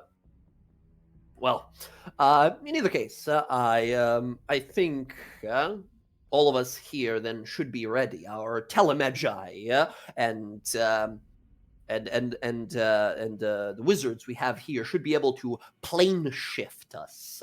It'll be a brief moment, and we will only have a certain amount of hours to finish this quest. If we are unable to finish it in that time, we will have an option to return back here and then retry this another time. Another set of divination spells are used and such. Possibly making it harder next time, or we can try to prolong the time we've agreed on with the mages here and look for a way out on our own, which of course is not desirable. All right. I've been to hell hundreds of times. Although I must warn you, I've not been to the very depths of hell. The Tower of Bazazan, that is my duty to slay demons at and protect the people of the Jorhas from them, has many portals that reach directly into the hells. Many times our defense had to turn on an offensive push through these portals to destroy their hordes. So, while I've been many a time, I've never spent more than 2-3 days in there at the longest. It's a very dangerous place. It irritates the soul. It grinds away at morality. It eats away at compassion. If any of you at any point are feeling like you're starting to feel like not entirely yourselves, like your thoughts are becoming a lot more pragmatic and selfish, and it's a hard feeling to catch, but you'll know when it happens. It'd be good for you to report to me or one of these other 10 paladins that I'm bringing with me. They'll be able to halt and subside those corruption effects for some time. And kind of looks to Ayla, says, I believe you've also been working on a magic incantation that might be able to be very helpful. Yes. Cleanse. I've been able to, I could be able to help also with corruption. Incredible. That's exactly what this will be. I know all of you from our experiences together, but Ayla, you I know and I cherish, and I know that you might be one of the most endangered individuals in the hells. You see, creatures of the hells can detect morality. The more pure and clandestine and caring one's soul is, the more these fiends will want to excavate it, to extract it, to gather it, to steal it. Those of you who are of sound mind and ideals of goodness might be a more compelling target. This, Ayla, is exactly why I was worried about you coming along. I know I can't deny you this, and I don't intend to, but I must warn you, my sight will be on you as long as you're there. No, I mean, everyone else is here. All my friends here. They're not going to let anything happen to me. Very well. Damn right. Just keep in mind. We are going up against a pit fiend, a general in a fiendish army. Do all of you have magical weaponry? It is very useful to have against such foes. I do indeed. I can actually imagine everyone kind of strikes a pose with all Everyone with their weapons and Except except for Odo, because he doesn't Oh, want to your use whip the whip. isn't Your whip. considered magical? Your whip. It is Odo magical, goes to grab, but doesn't want to use it. He needs a magical rapier is what he needs. Master, we will be useful. Bring down the fiend. We will help you. Our venom will destroy it. As with your new wisdom save proficiency, you just smack it on the top of the head like, shut up. Do you need a sword, Odo? I would like to find me a rapier that can penetrate this pit fiend. Yes. I don't have Odo, you go to say that, but instead go ahead and make a wisdom saving throw. 14. You feel... I will use my inspiration real fast. No. That was good. 14 is enough. 14 is enough here. As you hear, like, Master, we are the only weapon. Then you take it off, put it in the bag. Like, yes, I would like a rapier that can do this. Right? Do you need a rapier specifically, or would a longsword suffice? Longsword is a strength weapon, just to clarify. And I believe Odo uses like next. He's a finesse weapon. So short sword, would be good, but no. Well, I do. Sorry, I'm actually looking through fucking few little things that Alcina had picked up. I have moon Um, chakra. I have a short Varen looks sword. over, sees Silken Spite, goes, "Oh, you still have that thing." Yes, and guess what? It hasn't talking to me yet, so that's a good sign. Did you say yet? And you have just He just looks at you genuinely concerned, like, did you say yet? Is it supposed to be? What do you mean? I by mean, that? Odo talks to his whip all the time. You know. He does? He looks over at Odo. It talks at me. He talks at you. All right. Well, I have just saying. from the couple things you gave me, Jay. mhm. It's just a. You said they found like just a couple magic like weapons, but Yeah. they're just undisclosed. So yeah, she could have a +1 rapier for you if you want. Yeah, absolutely. Very easily. Oh, I think you thinking here. Oh, by the way, just do you mind changing your name in Discord to be Alcina now, or Kara, whichever Oh, one. yeah. Yes. I think in this moment, Kara / Alcina here, to very very much so like affluent merchant, rich, like capable of producing and gathering these things, goes 1 second and draws from her like bag or a bag of holding if you have one or something like that, right? This exact thing. It is a finely well balanced, beautifully crafted rapier. It is a +1 rapier. oh. Well, thank you. What would you like for it? Oh, just your immortal soul on a contract. No, pass. No, it's fine. It's fine. It's fine. It's a joke. Well, what kind of I already bag have is something that? trying to take my soul, but thank you. It's a bag of holding. She's gonna stick her arm in. This is what? crazy. You can Why see the are whole you- person in here. You Well, don't feel that's- anything in there. You're just sort of waving your hand around. Yeah, Oh, that would be my bottomless bag of stuff I use to collect things. That's so cool. I want one of those. Get hands out. Come on. All I know right. I'm sticking my hands in your bag. I was just curious how you took a gigantic rapier out of it. I can't put that in my bag. I did. Well, I mean, my hole's just deeper than yours. Oh, it's fair. I mean, That's not no. No. All right. Of course, right over Ayla's head, right? As everyone else, like, did you Gron, not hearing this, like, looks up. she did not get it at all. said She's just that? like, okay, fair. Yeah. You prepare here. Varen says, "All right then. Is everyone prepared? Is everyone ready? I see your new friend here. Lady Osore, you're a merchant. Are you certain you wish to come with us to the Hells? It's very dangerous. It's deadly." I vouch for her. Yes, actually, and like as she sits there, she kind of like takes the staff that she has and like she taps it, and as she does, the red like Luxon up there, like you see it kind of like twist and pull, and like from the top of it, this like sword comes up and out with this like wicked looking red blade as it like comes up around her and settles around by her arm, and it just kind of like floats there in this like ready to strike position. Yes, I'm quite some accomplished blade master in my own right. And at the very least, you might be able to get some cool artifacts from the Hells. Absolutely.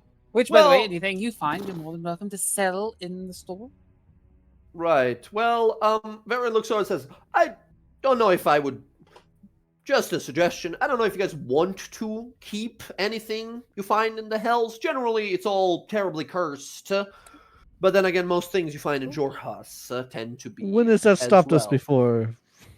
Yes, Oh, you're right. absolutely. Person with a horribly cursed rapier at their side there. Well, horribly powerfully blessed, let's say. You're right. If there's one thing I have learned with the nobles of Rosanna, they do enjoy their cursed item collections. Yes, well, it's obsession of many here.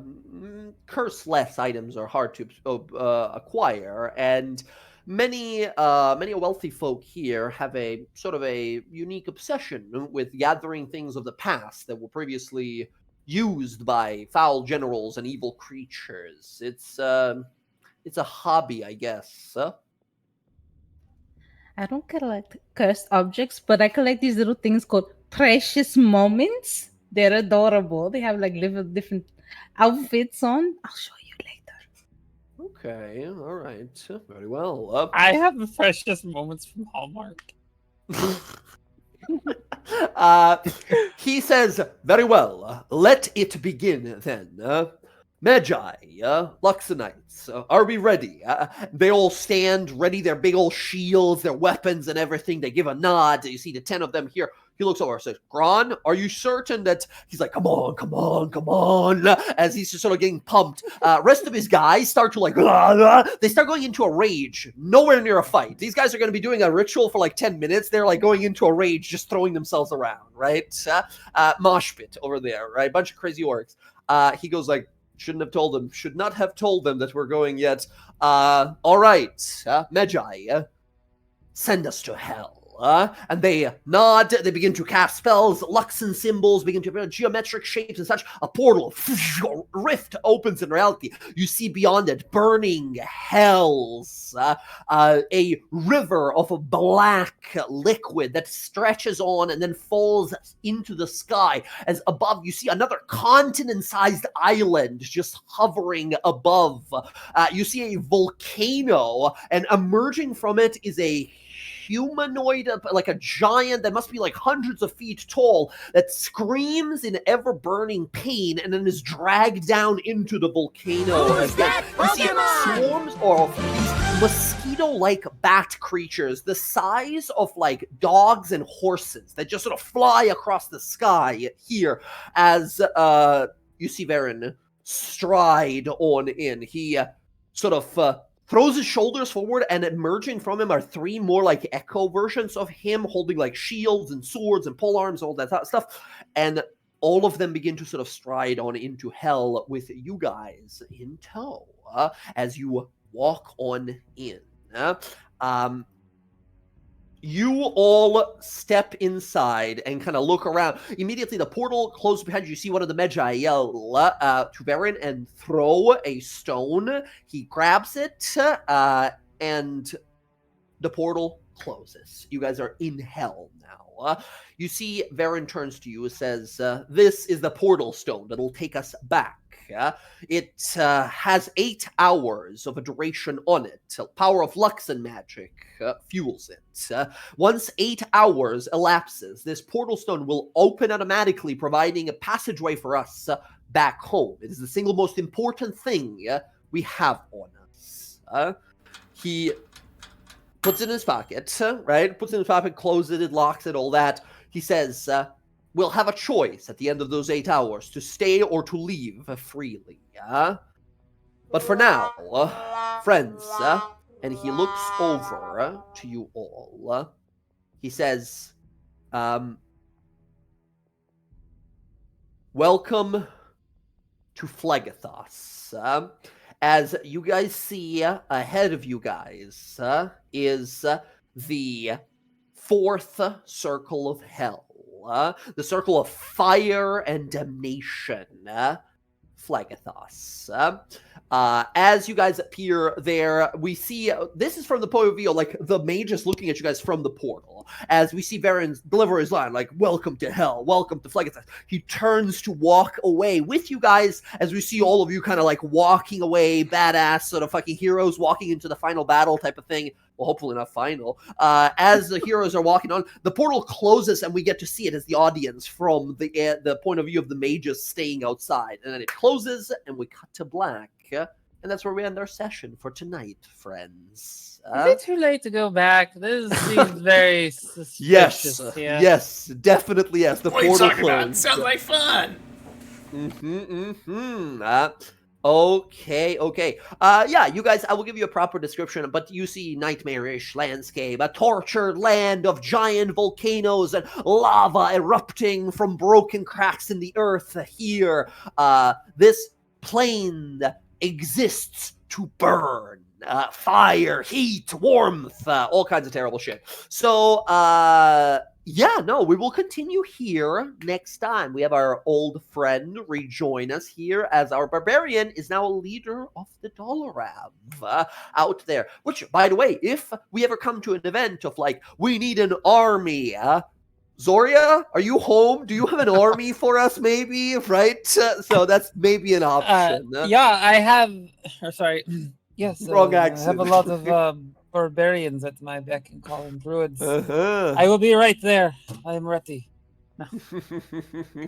Very good. And yeah, our new friend, our old friend rejoining us, as, yeah, it seems obvious to you, having seen some of their sort of outer thoughts here. At least Talion is a little suspicious here. Your emblem that you wear, what is that all about? What is going on here? Should we be cautious? Or maybe this is just a friendly visit after all.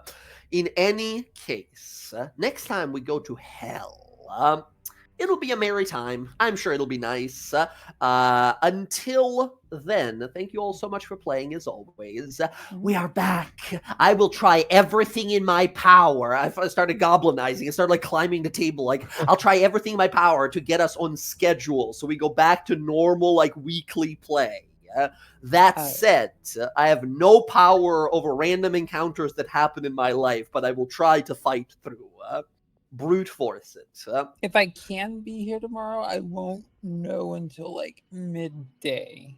But That's okay. I'll Totally okay. I'll keep you posted. So plan is we play tomorrow. We go to hell as four people possibly, and then Jess, if you can be here, awesome. If not, do your thing. Enjoy your day. Whatever you got to do. Work. I am terrified because now you're saying that they're gonna come and kill me.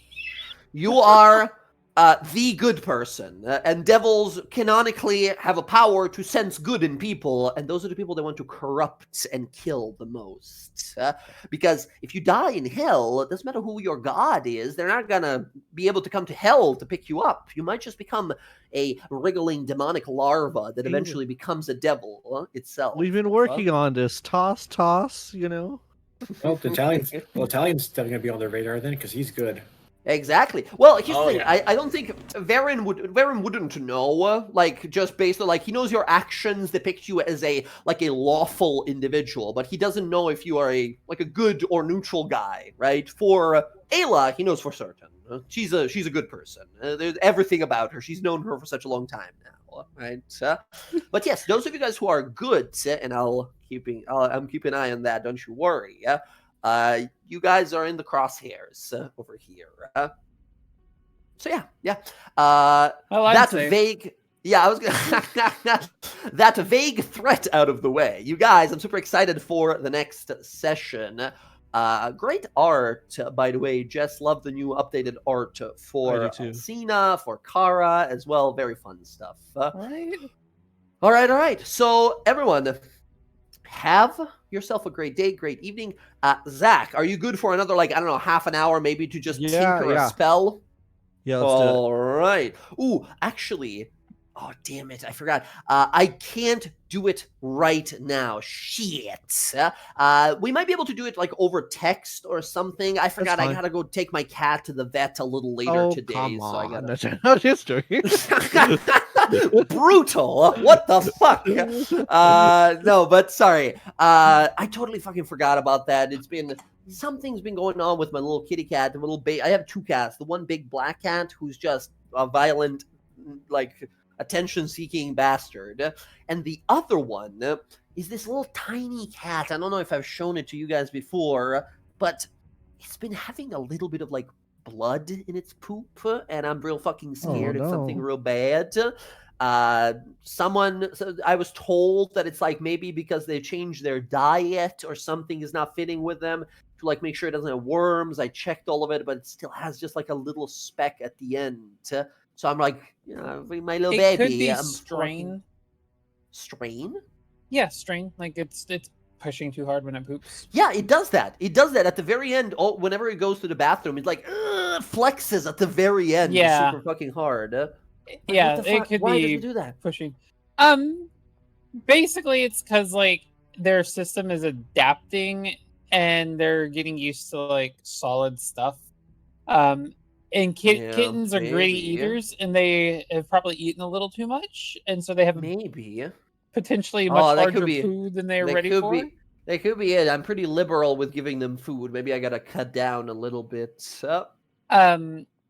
Easiest thing to do for kittens is to do a mix of kibble and like a soft food. That way, it'll help them break it down, but it'll also get their body used to eating larger kibble. amounts or whatever. Yep. Or gotcha. Not larger amounts, but like because like normally they go from like soft Harder sort of food. like kitten food and everything. You can do like a mix of the kibble and the soft food that helps break it down and keep it soft in their stomach. Makes it easier for them to use the bathroom, and then you can wean them onto just hard food when their body can handle it more. Okay. Yeah. Thank you for that. Thank you for the advice. Also, question. Yes. You had mentioned at the end of the downtime we would level up. Yes, that is correct. Thank you for reminding me. I was going to get to that. Yes, you guys do level up here before going to hell. Now, this is not the end of downtime, but this marks sort of the start of the end of the downtime. After this, you guys go back. The story continues. That is the end of downtime. This is the last thing that happens in the downtime. You guys sort of deciding to help Varen here. So we're not leveling up yet? You are. We're gonna say you okay. level up here, and you're gonna come back out of hell as level 9 characters. So it is 9.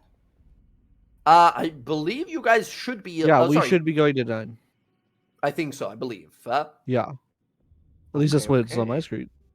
Yeah. That's what I believe. That's what it should be. Which is really nice, especially for Odo here, because Odo just got Wisdom Save proficiency added, right? And that proficiency now goes up at level 9. So everyone, take a look at your spells, your new abilities, add whatever you got to add for your level 9, and we are going to pick up from there as level 9 characters in hell. Until next time, thank you all for playing. Stay safe out there. Take care of yourselves. The world is getting real cold and everyone's getting real sick everywhere. So just take care of yourselves and your loved ones. And I will catch you all soon, where I will corrupt you and destroy you with devils and demons. But until then, have a good time until then. Oh, so anyone have this error that says unable to level up? I saw that, but then I clicked next. That's a really weird thing Roll20 does. I think ever since they officiated 2024 rules, Roll20 is really that icon pops up. It means nothing. Just ignore it and level up like normal. Oh, gotcha. You are in. This is their error. Shut up, man. Shut up. Get out of my way. Yeah, so I was like, oh no. Yeah. All right. For people who are multi-classed, which way we going here? I mean, Ayla, you're, I think, the only multi-classed here. Talion actually as well, right? Or no, Talion, you've been single class, right? No, never mind. Yeah, Talion was a wizard. That's right. Sorry. I mixed it up with someone else. Yep, I'm 8 levels rogue, 1 level wizard. Let's go. Incredible. Okay. Very good. Let me see here. Boom. Hey, I'm at 69 health points. 86. Nice. Okay, let's go. Incredible. Jen, which way you going? Cleric. So I go level 4 now. Cleric. Gotcha. Very good. I'm gonna have to go through these spells. I have to go through them. Yeah, take a look. Take your time. No rush. Will, which way you going? I already leveled up in wizard. Oh, that's right, because we did a thing before where you had an extra level by mistake or something. We did. I vaguely so recall. I'm not touching anything right now. So right for you, you are now as you should be. Excellent. Gotcha. Cool. Yeah, that was a little oopsie where I leveled up twice. That's okay. One That's with road, one with wizard. oh, okay. No worries at all. I mean, Jess, I imagine you're rocking on fighter, unless you got some surprises for us. Nope. So she's a took level 9 fighter. Which means, what happens at level 9 for fighters? I don't actually know. I forgot. It was on my sheet. I'm kind of curious. What is your subclass? Sly Warrior. Ah, cool. Yeah. Yeah, She level has 9 been for selling herself as a mage. She does actually Ah. carry a spellbook, so that's an interesting thing. Ooh, you get some pretty good stuff, actually. At level 9, you get 2 things for fighter, and it's Indomitable, first of all, where you just get to re-roll. Whenever you fail something, you just choose to re-roll, which is nice.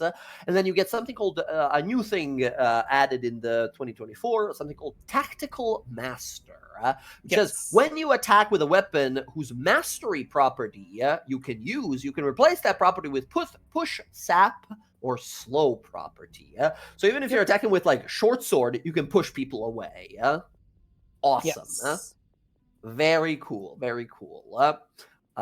Okay, fighters have significantly more abilities than they used to. Like significantly more like just things they can do.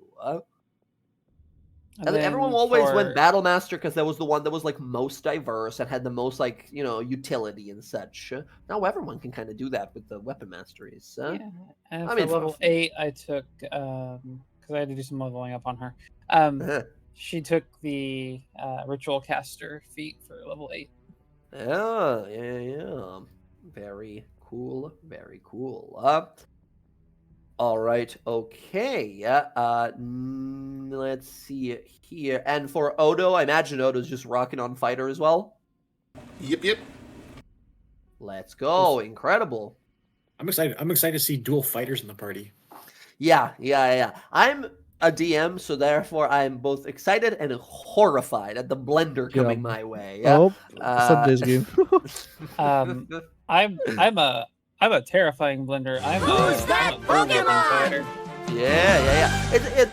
You guys are both extremely different in how you do combat, where Odo just doesn't take damage, and when he does, he punishes enemies for it, while Alcina is like, fucking gets in there and just does the spin move until this person is diced up, right? It's pretty awesome. For Alondra, I imagine you're keeping up with Wizard, getting those 5th level that's the spells. plan. Oh yeah, I know, 5th level. Oh boy, might I suggest a little bit of Steel Wind Strike? Very fun. Very interesting. Fun for Okay, that's why I'm wizards. like looking. I'm like, okay, where's Steel Wind Strike? Okay, I believe Yeah, that's if you 5th level. But then again, there's a lot of different spells you can take a look at there. So yeah, I'm keep like, a if there's tab. anything you recommend, let me know. Oh man, there's just so many. There's a ton of different ones. I'll, you know what? We'll see. I'll try to talk to you like in between sessions today and tomorrow, and let's figure out that extra spell you will have, as well Sounds as good. maybe some spell suggestions. I'll see if I have. Cool. And then for Ayla, you said you're going cleric. Yeah, I am, and I get another cantrip. Oh, yeah, you do not have enough of those, I think, right? I don't. I have so you have many. like 12. You have like all of them. I have so many. Yeah. Also, this means you are now level 6, so you get your archetype, right? In cleric, the secondary archetype ability, yeah? At level 4? Oh, no, sorry, that's level 6, right? Never mind. Yeah, I'm only level 4, but level I do. 4 is an ability score increase or a feat. What are you thinking? More con, more dex? Though you said for when we play your games, we get both. Have you not hit level 4 in either of the classes yet? I have hit level 4 on Sorcerer, right? You should have gotten it then. So the first level 4 the you first. get in a class, not every single one, right? That Maybe would make mostly. everyone want to multi-class always, right? No, the very first ability score increase you get, you also get a feat alongside. I might not take ASI only because I want Warcaster. Warcaster is good. It's even better. I mean, you have more and more every day, every level. You're getting more and more concentration spells. It's a pretty good call. Yeah. Yeah, I think it's better if I take that. If not that, the only other one I was going to maybe suggest, if you don't have it already, and I don't remember it, Spell Sniper. No, I took Meta Magic Adept to have more sorcery points because I wasn't going to go further into sorcery. Yeah. I mean, Spell Sniper's pretty nice. Spell Sniper got a little revised. It still does the thing where it's like you have extra range on your spells, but it also now has a thing that says at making ranged spell attacks in melee does not give you disadvantage, which is really nice as well for your like guiding bolts and your fire bolts and all that kind of stuff. Personally, as a spellcaster, I enjoyed the feat that lets me spend a sorcery point to change the damage type of my spells. Yeah, transmuted spell or Yeah. something like that. Yeah, changing your fireball from fire damage to cold damage or lightning damage, and being like a storm cleric. Yeah, but that's the thing is that I really don't cast a lot of damaging spells. It's You've been more. focusing a lot more on like support control. All right, bye. Good night. Yeah. Sorry, I got super chatty here as well. I'm bouncing. All right, bye. All good. All good. Yep. All good. Everyone, have a good night. Okay, everybody, thanks for hanging out. That was our Wildemount campaign on a Wednesday. We are picking it back up tomorrow night for Wildemount. I'm going to go ahead and end stream here. There's only a couple of us, and I'll be back tomorrow. And then Sunday we have Dawnguard. And hopefully Friday I might do some Marvel Rivals, maybe. Anyways, thanks for hanging out. Seeing our adventure. I will see you next time. Have a lovely evening and a fantastic Thursday tomorrow. Night.